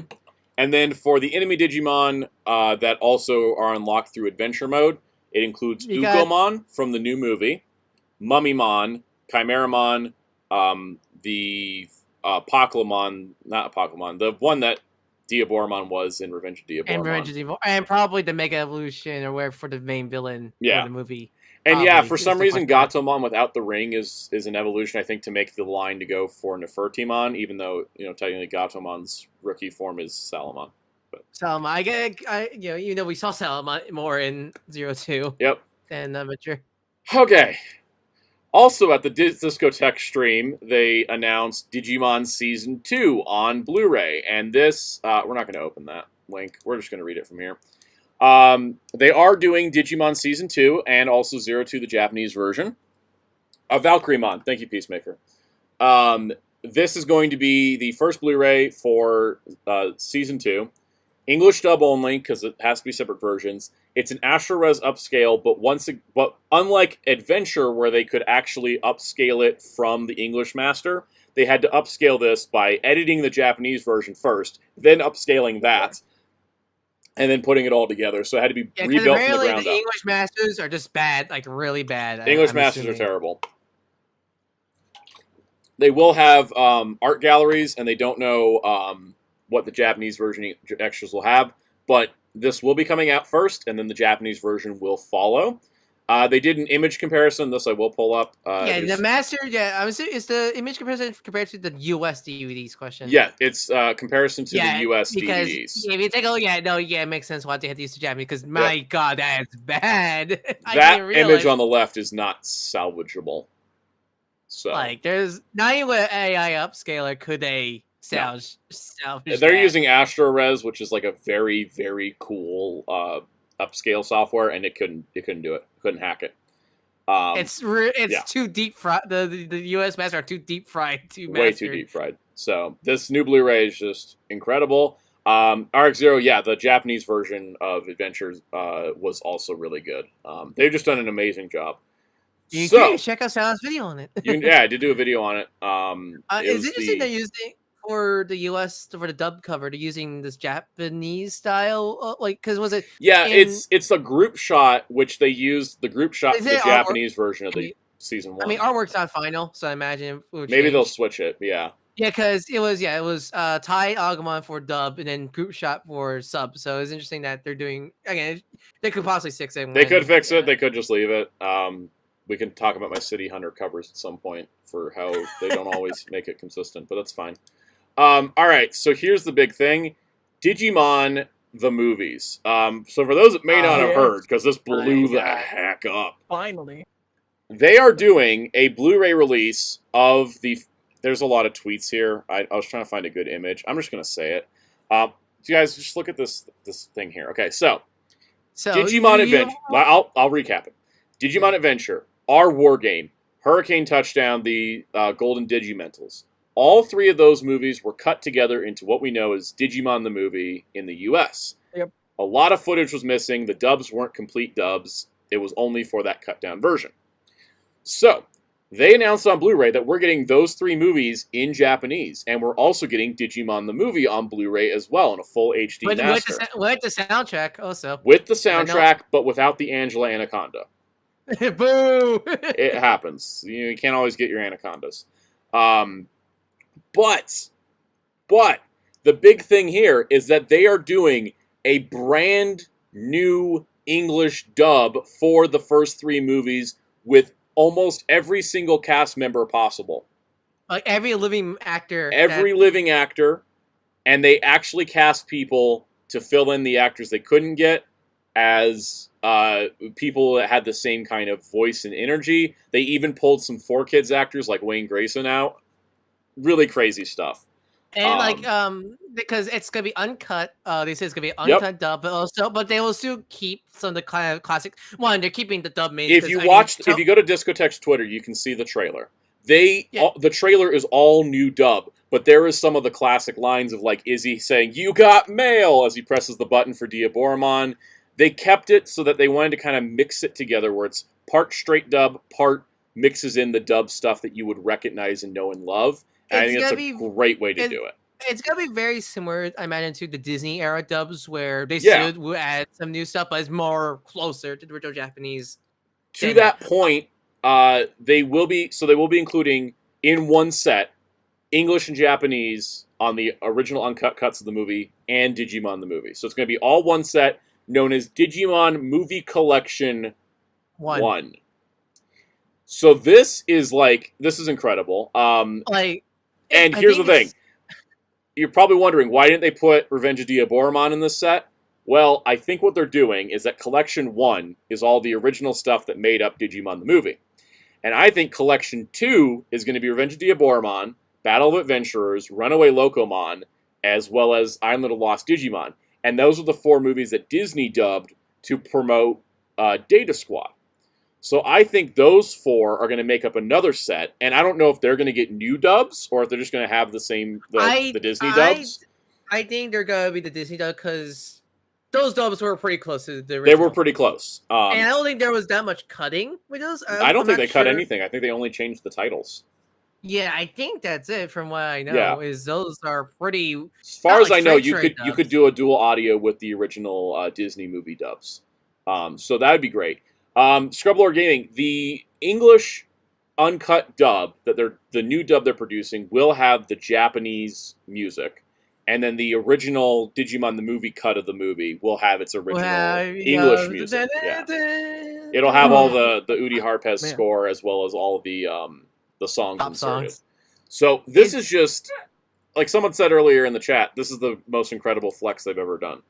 I mean, the fact that they got back almost everybody that was like currently living to come back to this, even like Michael Reese, who has retired from voice acting years ago, is coming back to play Matt in this dub. That is impressive. Like that is incredibly impressive. They didn't need to do this. They could just release the Japanese films and we will all be happy. But the fact that they they decided to because of course they had to make a deal with Toei, of course. But the fact that. I think stuff like this really shows that Digimon is in such a better place than it has ever been. I think it really is 100%. Because they would not have done this before. If this was released a couple years ago, not a single company on this planet would ever do the amount of work that Discotek has done. And it all stems from the fact that the guy producing these sets is Mark FBR on Twitter, who also runs With the Will, the biggest Digimon fan site on the internet. Now, let me give you guys some tidbits, because this came out through tweets. With the Will, his tweets are done by Mark. Mark tweeted, "The Digimon movies aren't licensable, or Disney has them, or Hasbro has them. No, I have them, me." Which is just him just getting really tired of having to dodge these questions for a very long time. Yes, original Karia voice is back. Large A. Miller's back. Brand new dubs with the classic cast, Japanese audio, brand new subtitles, Digimon the movie remastered HD. He's been working on this for years in secret. Another tweet from Mark's personal Twitter, he said, "I've been working on aspects of the Digimon movies on home video in secret for nearly half a decade." This is incredible. And he said he can't elaborate on that yet. Let's see, I'm just going to pull up these tweets in order. Well, that boy Steve, I think the good point. This is a full union dub because a lot of these actors are union. Yep.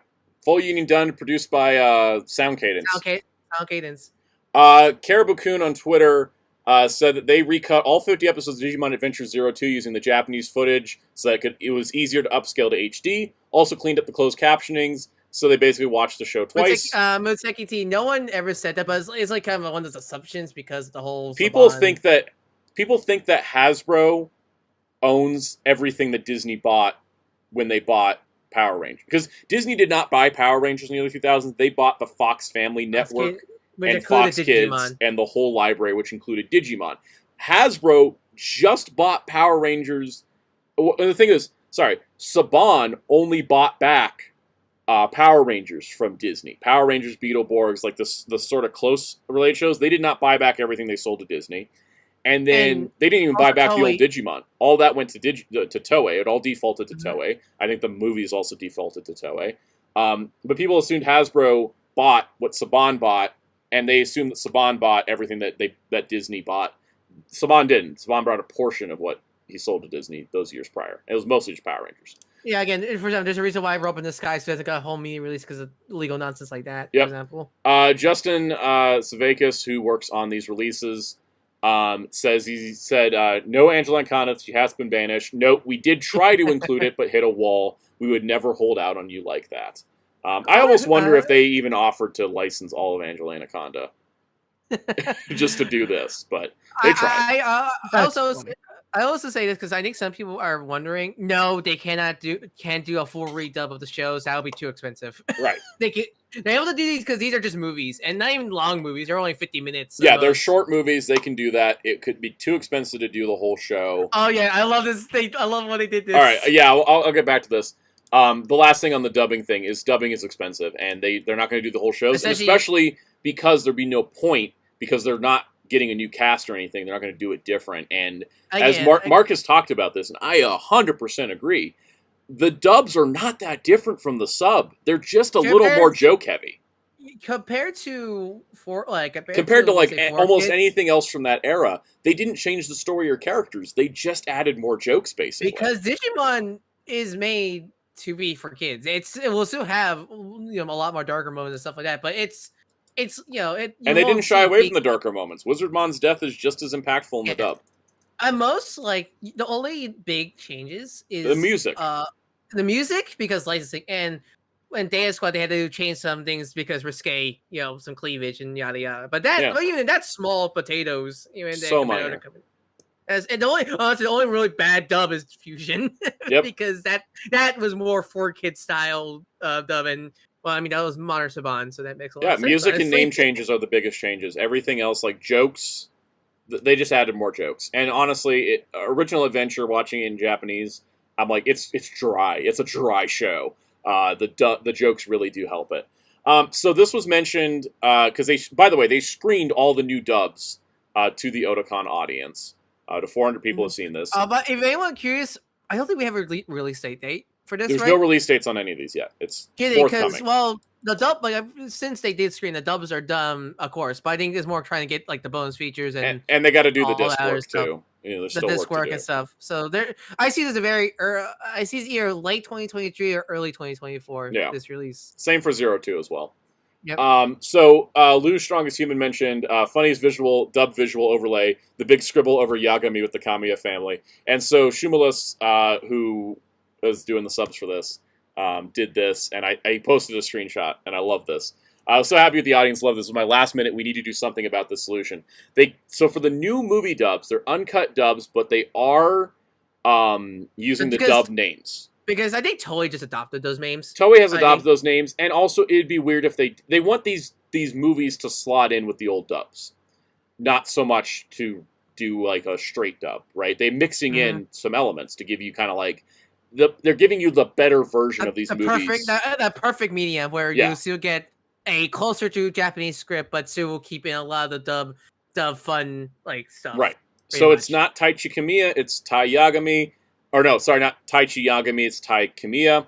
So the thing is that for the quick shot of the Yagami home, they have a subtitle overlay that scratches out Yagami and writes the Kamiya family. The Kamiya family. And I think it's so funny because it looks like that could be an actual gag in the movie. It's like somebody they moved in quickly and they were just like, let's just scratch this out and put our name in. Scratch it out. Yeah, I loved it. They didn't need to do that, but I love they did that.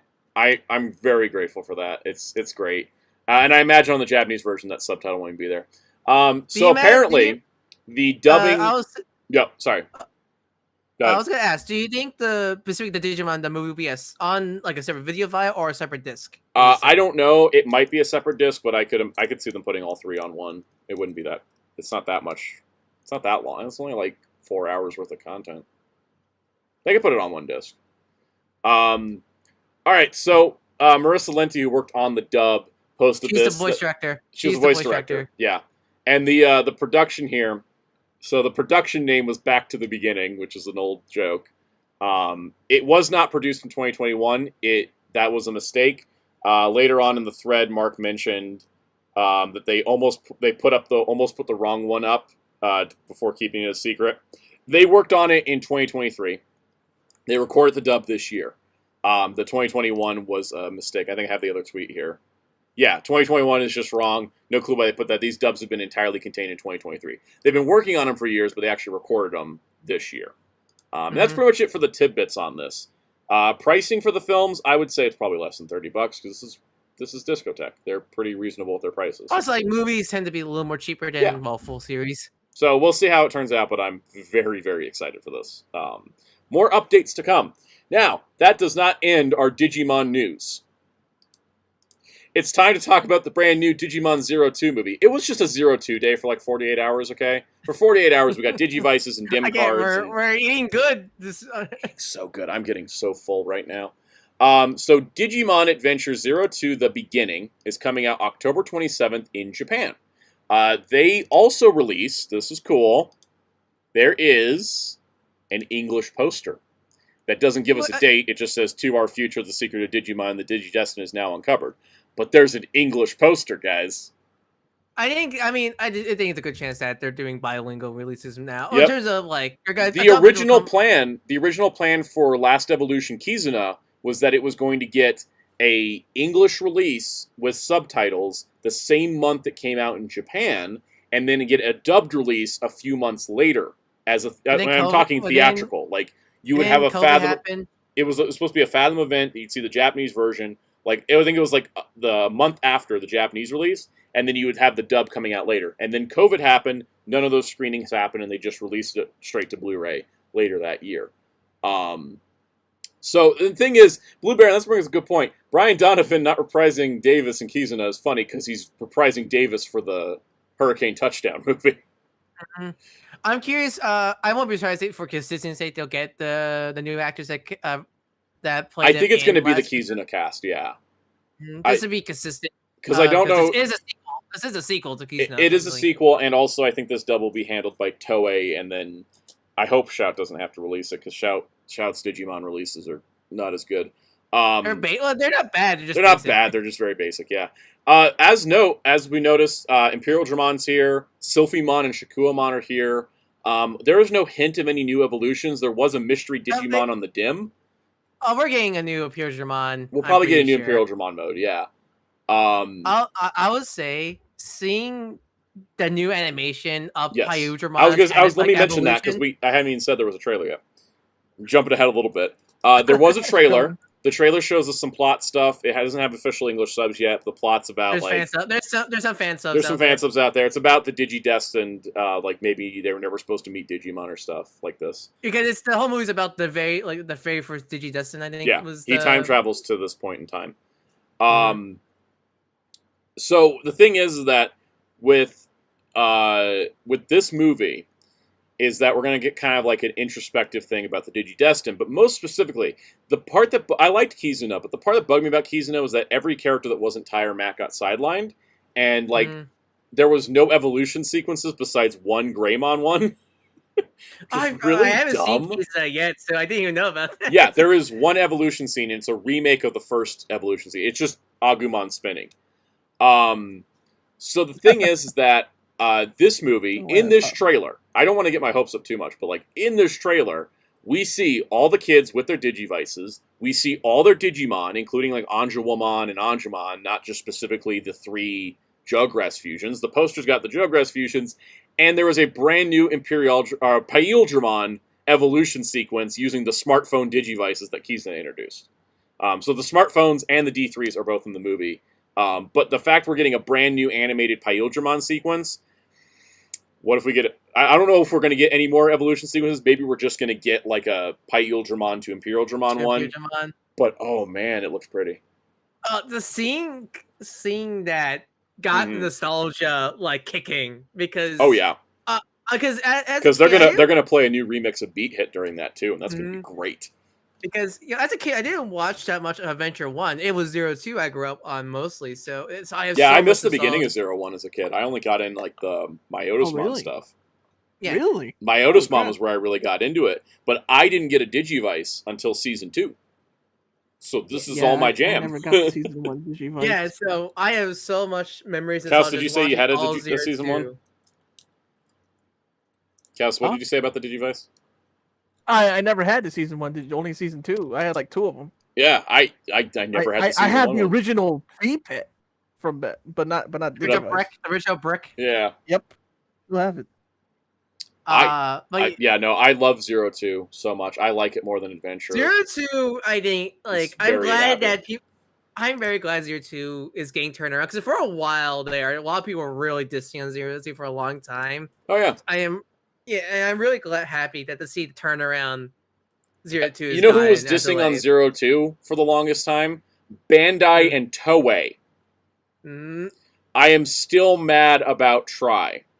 No, yeah, those wounds are still not healed. And here's the thing. I gotta tell you though, there is something where I think it feels to me that Try was made by people that did not like 02, and Kizuna and the beginning are made by people that did not like season 1. I think it's actually I think a lot of people are. I think it's healing now, but I think some people are so butthurt by the ending of 02.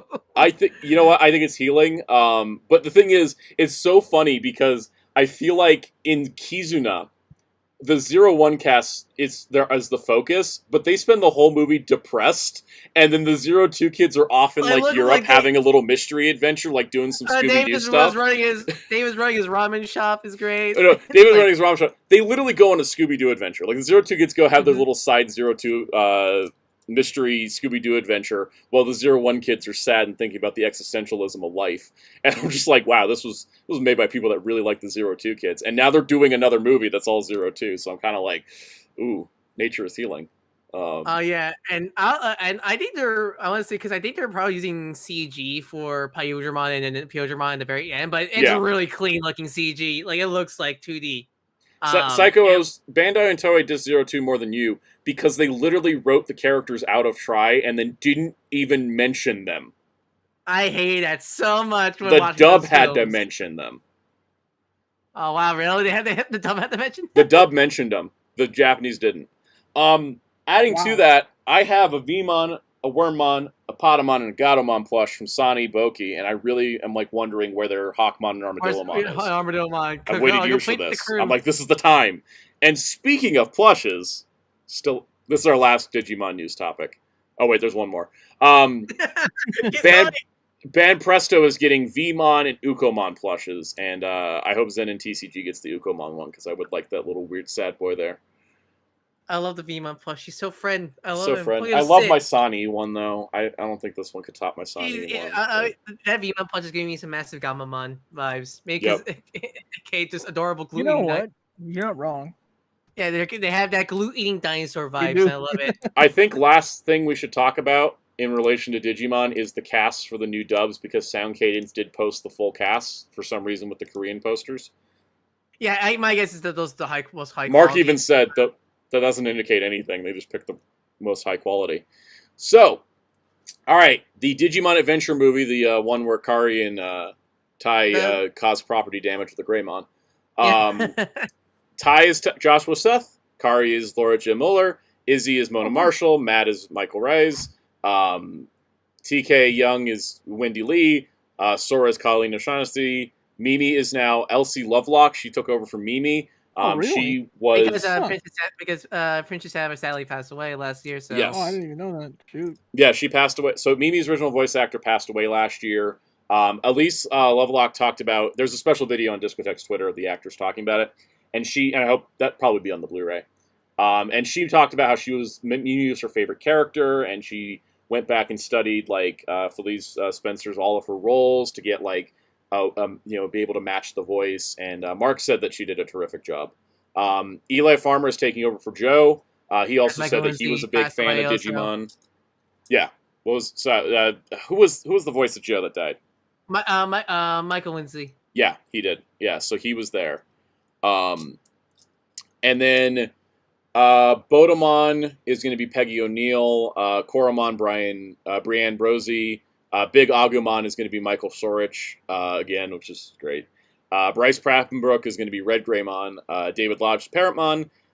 Dorothy Fawn is playing Ty's mother.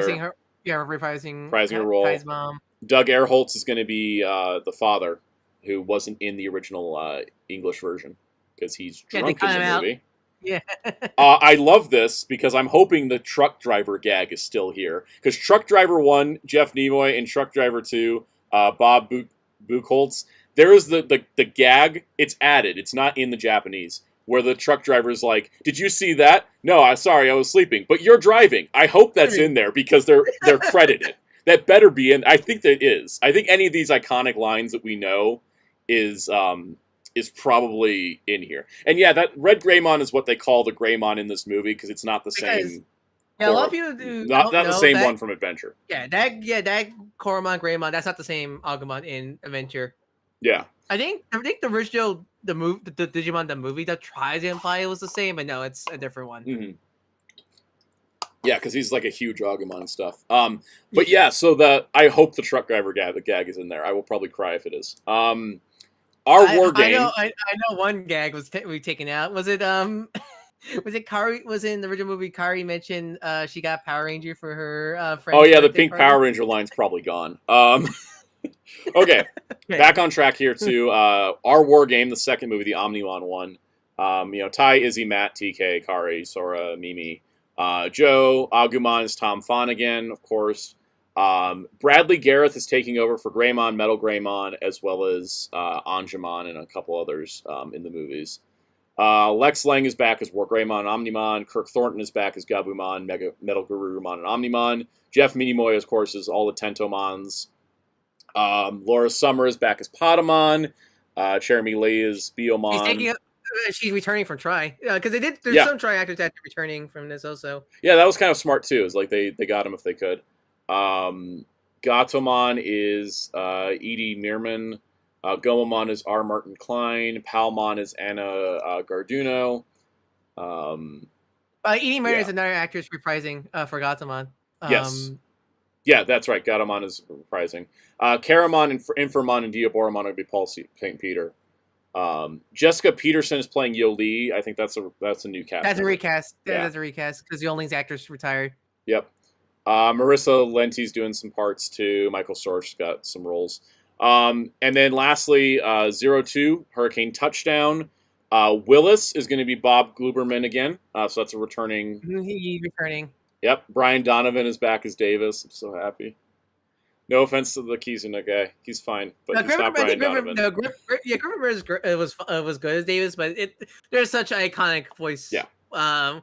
Because it took me a long while to realize Brian Donovan also plays Rock Lee in Naruto, but I just can't I can't undetach his voice from Davis. Nope, you never can. Yoli, Jessica Peterson, Cody is Madeline Doro because she's taking over because Princess Nat was to play Cody and it's another role that replace. Doug Erholtz is back as TK. Well, I was surprised. I was actually happy to see him come back as TK. I remember for Try, he said he felt like his voice was too old to play TK. So I'm glad they convinced him there. Mona Marshall is going to be Terriermon as well. It's reprising a role. Michael Sorich is going to be Gargomon. Lex Lang is Rapidmon. And then some of the others we got. Steve Bloom reprising the Vmon evolutions. Steve Bloom is going to be all the Vmon armors. Derek Steven Prince, of course, is Vmon, which is great. Wendigomon and Shrubimon is going to be Paul St. Peter. Neil Kaplan's back as Hawkmon and Halsimon. I'm actually surprised at that, if I'm going to be honest. Really? Because I interviewed Neil Kaplan a while back and asked about, did you want to do the Digimon Kizuna dub, or were you just unable to? And he said I thought, and I tried to skim through the interview. We might have cut it, but like Neil Kaplan made it sound like he was like, "Oh, I didn't get to do it because of COVID, but I didn't mind anyways. I kind of hated how stuck up Hawkmon was all the time." So I don't know if he was just like that day he was just like, I hate Hawkmon, but like he made it sound like he did not care that he wasn't back for Hawkmon. Maybe the script's better. Maybe the script's better. Maybe he was just like, oh, thanks for asking me. I don't know. It may have been one of those things if they didn't ask him because he couldn't record at home. They didn't ask him. And then he got really upset about it and just decided to blame Hawkmon. And then now he's like, oh, thanks for asking me. Like, I'll do it. Like, I could see that from how talking to him. I'm like, he might be one of those people that'll shift depending on how you approach it. And Wayne Grace is taking over from Armadillomon from Robert Axelrod. Freaking Leonardo, or no. Michelangelo from Team in 2003 is going to be Armadillomon. Joey Wheeler too from Yu-Gi-Oh! Is Armadillo. Yeah, Joey Wheeler. It's so funny because that's what they said. They were casting people that would fit the tone and energy of that era, and Wayne Grayson is there. You know, like getting that four kids actors. Yep. Again, like they're because 4K. And then everybody else is pretty much what you'd expect, I think.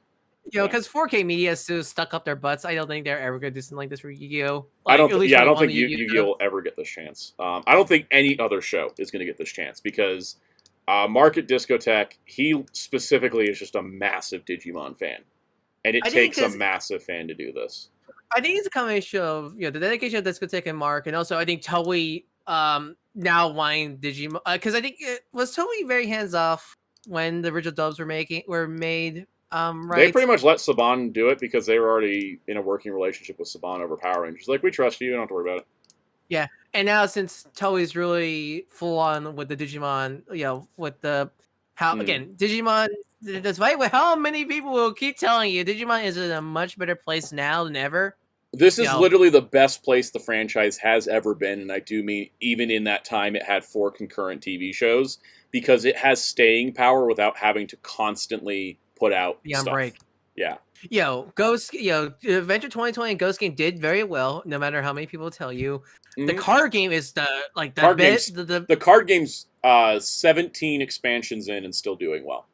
Yep. And people still love it. Getting still new toys. And not even just new toys, but new toys of other seasons outside Adventure. Muteki, just because the Masters suck does not necessarily because Toei was hands off. Have you seen Dragon Ball? Yeah. I'm not sure if maybe Toei is part of the reasons the Masters suck, but Saban definitely didn't help. That's for sure. We got new toys that are not just Adventure. Yep. Model and kits. And my Shine Greymon. I got the processing soon email for my Shine Greymon, and I technically don't have enough money to pay for it right now, but I don't care. It's just going to keep going, and I'm just going to hope I can squeak it out by the penny. I'm so excited. My model kit store just got it, and I'm like, I had to pay for a lot these past 4 days, but I really want to get it. Jet. Oh God, Jambalaya reminded me how bad Jetman looks. Yeah. God.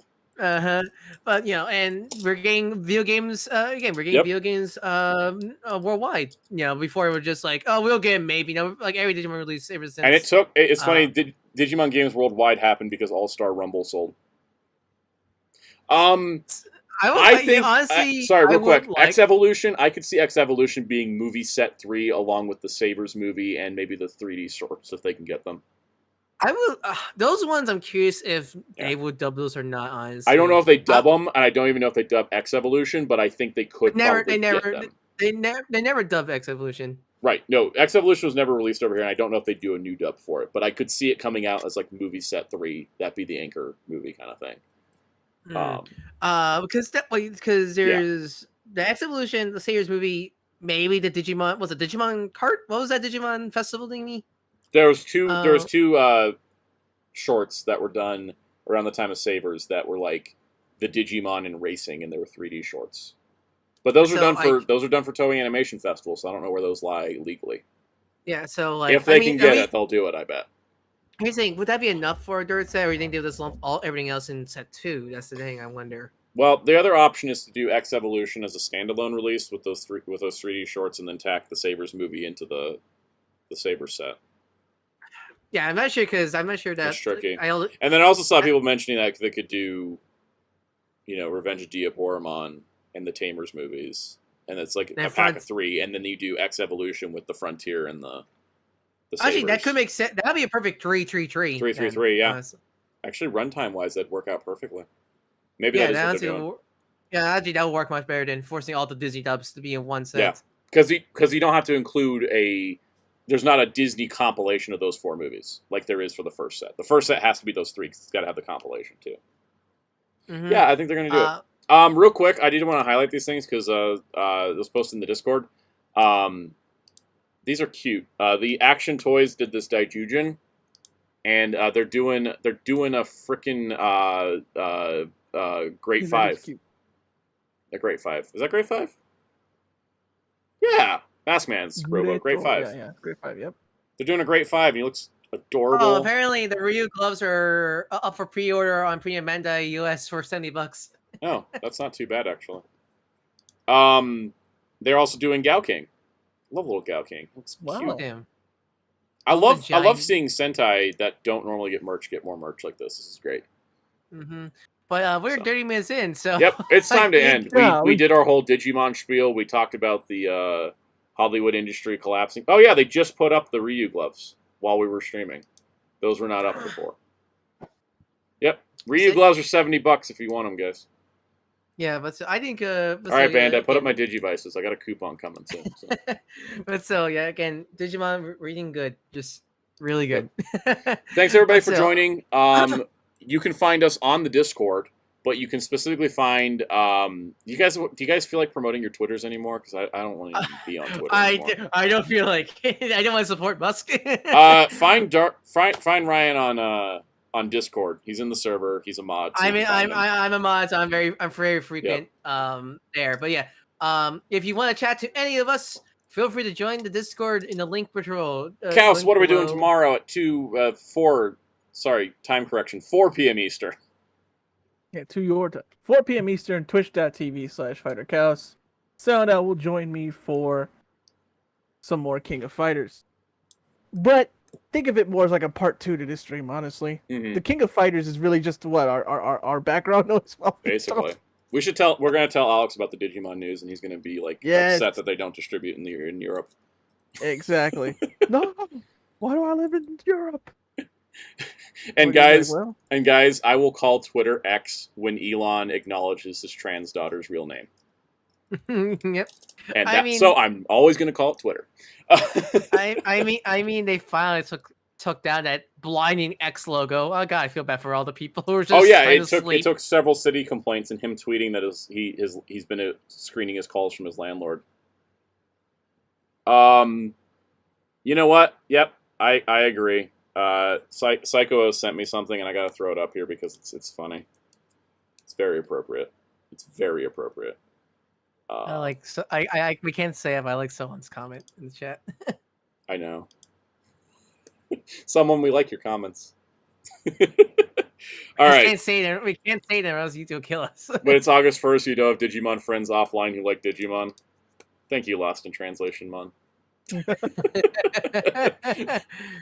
if you want to continue the Digimon talk, again, join the Discord. Join the We'll Discord. keep If you want to about talk specifically Digimon, go find it out in Digital World. And Yeah, let we me know watch- if the cute names are confusing, because I think it's working. Everyone seems to be finding stuff pretty good, so I hope you all have a great week. I need to rest my voice, and talk to you all later. See you next week. all right. Oh.